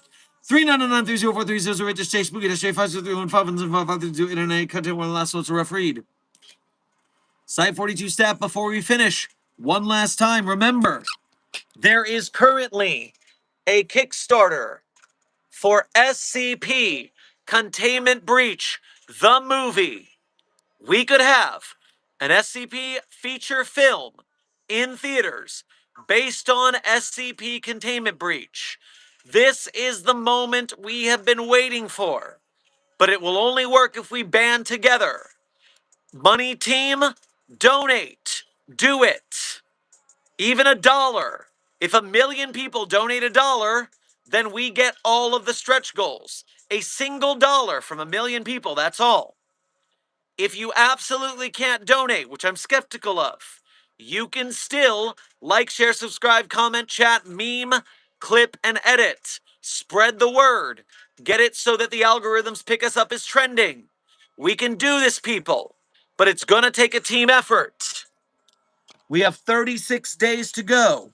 I believe in you, Site 42 staff. We've got to make this happen. I want to watch an SCP movie in theaters. I want to be able to have an event, a group event, where we all go see it together. And so, Site 42 staff, you have your orders. I expect results. And now go forth. After this stream ends, share at least one post about the movie. Make sure you spread the word. This has been another Dr. Sherman's Office Hours, a subsidiary of the Anomalous broadcast from Site 42. I hope you had fun. I hope you learned something. Be safe, be well, and as always, secure, contain, protect. See you in the next video or stream.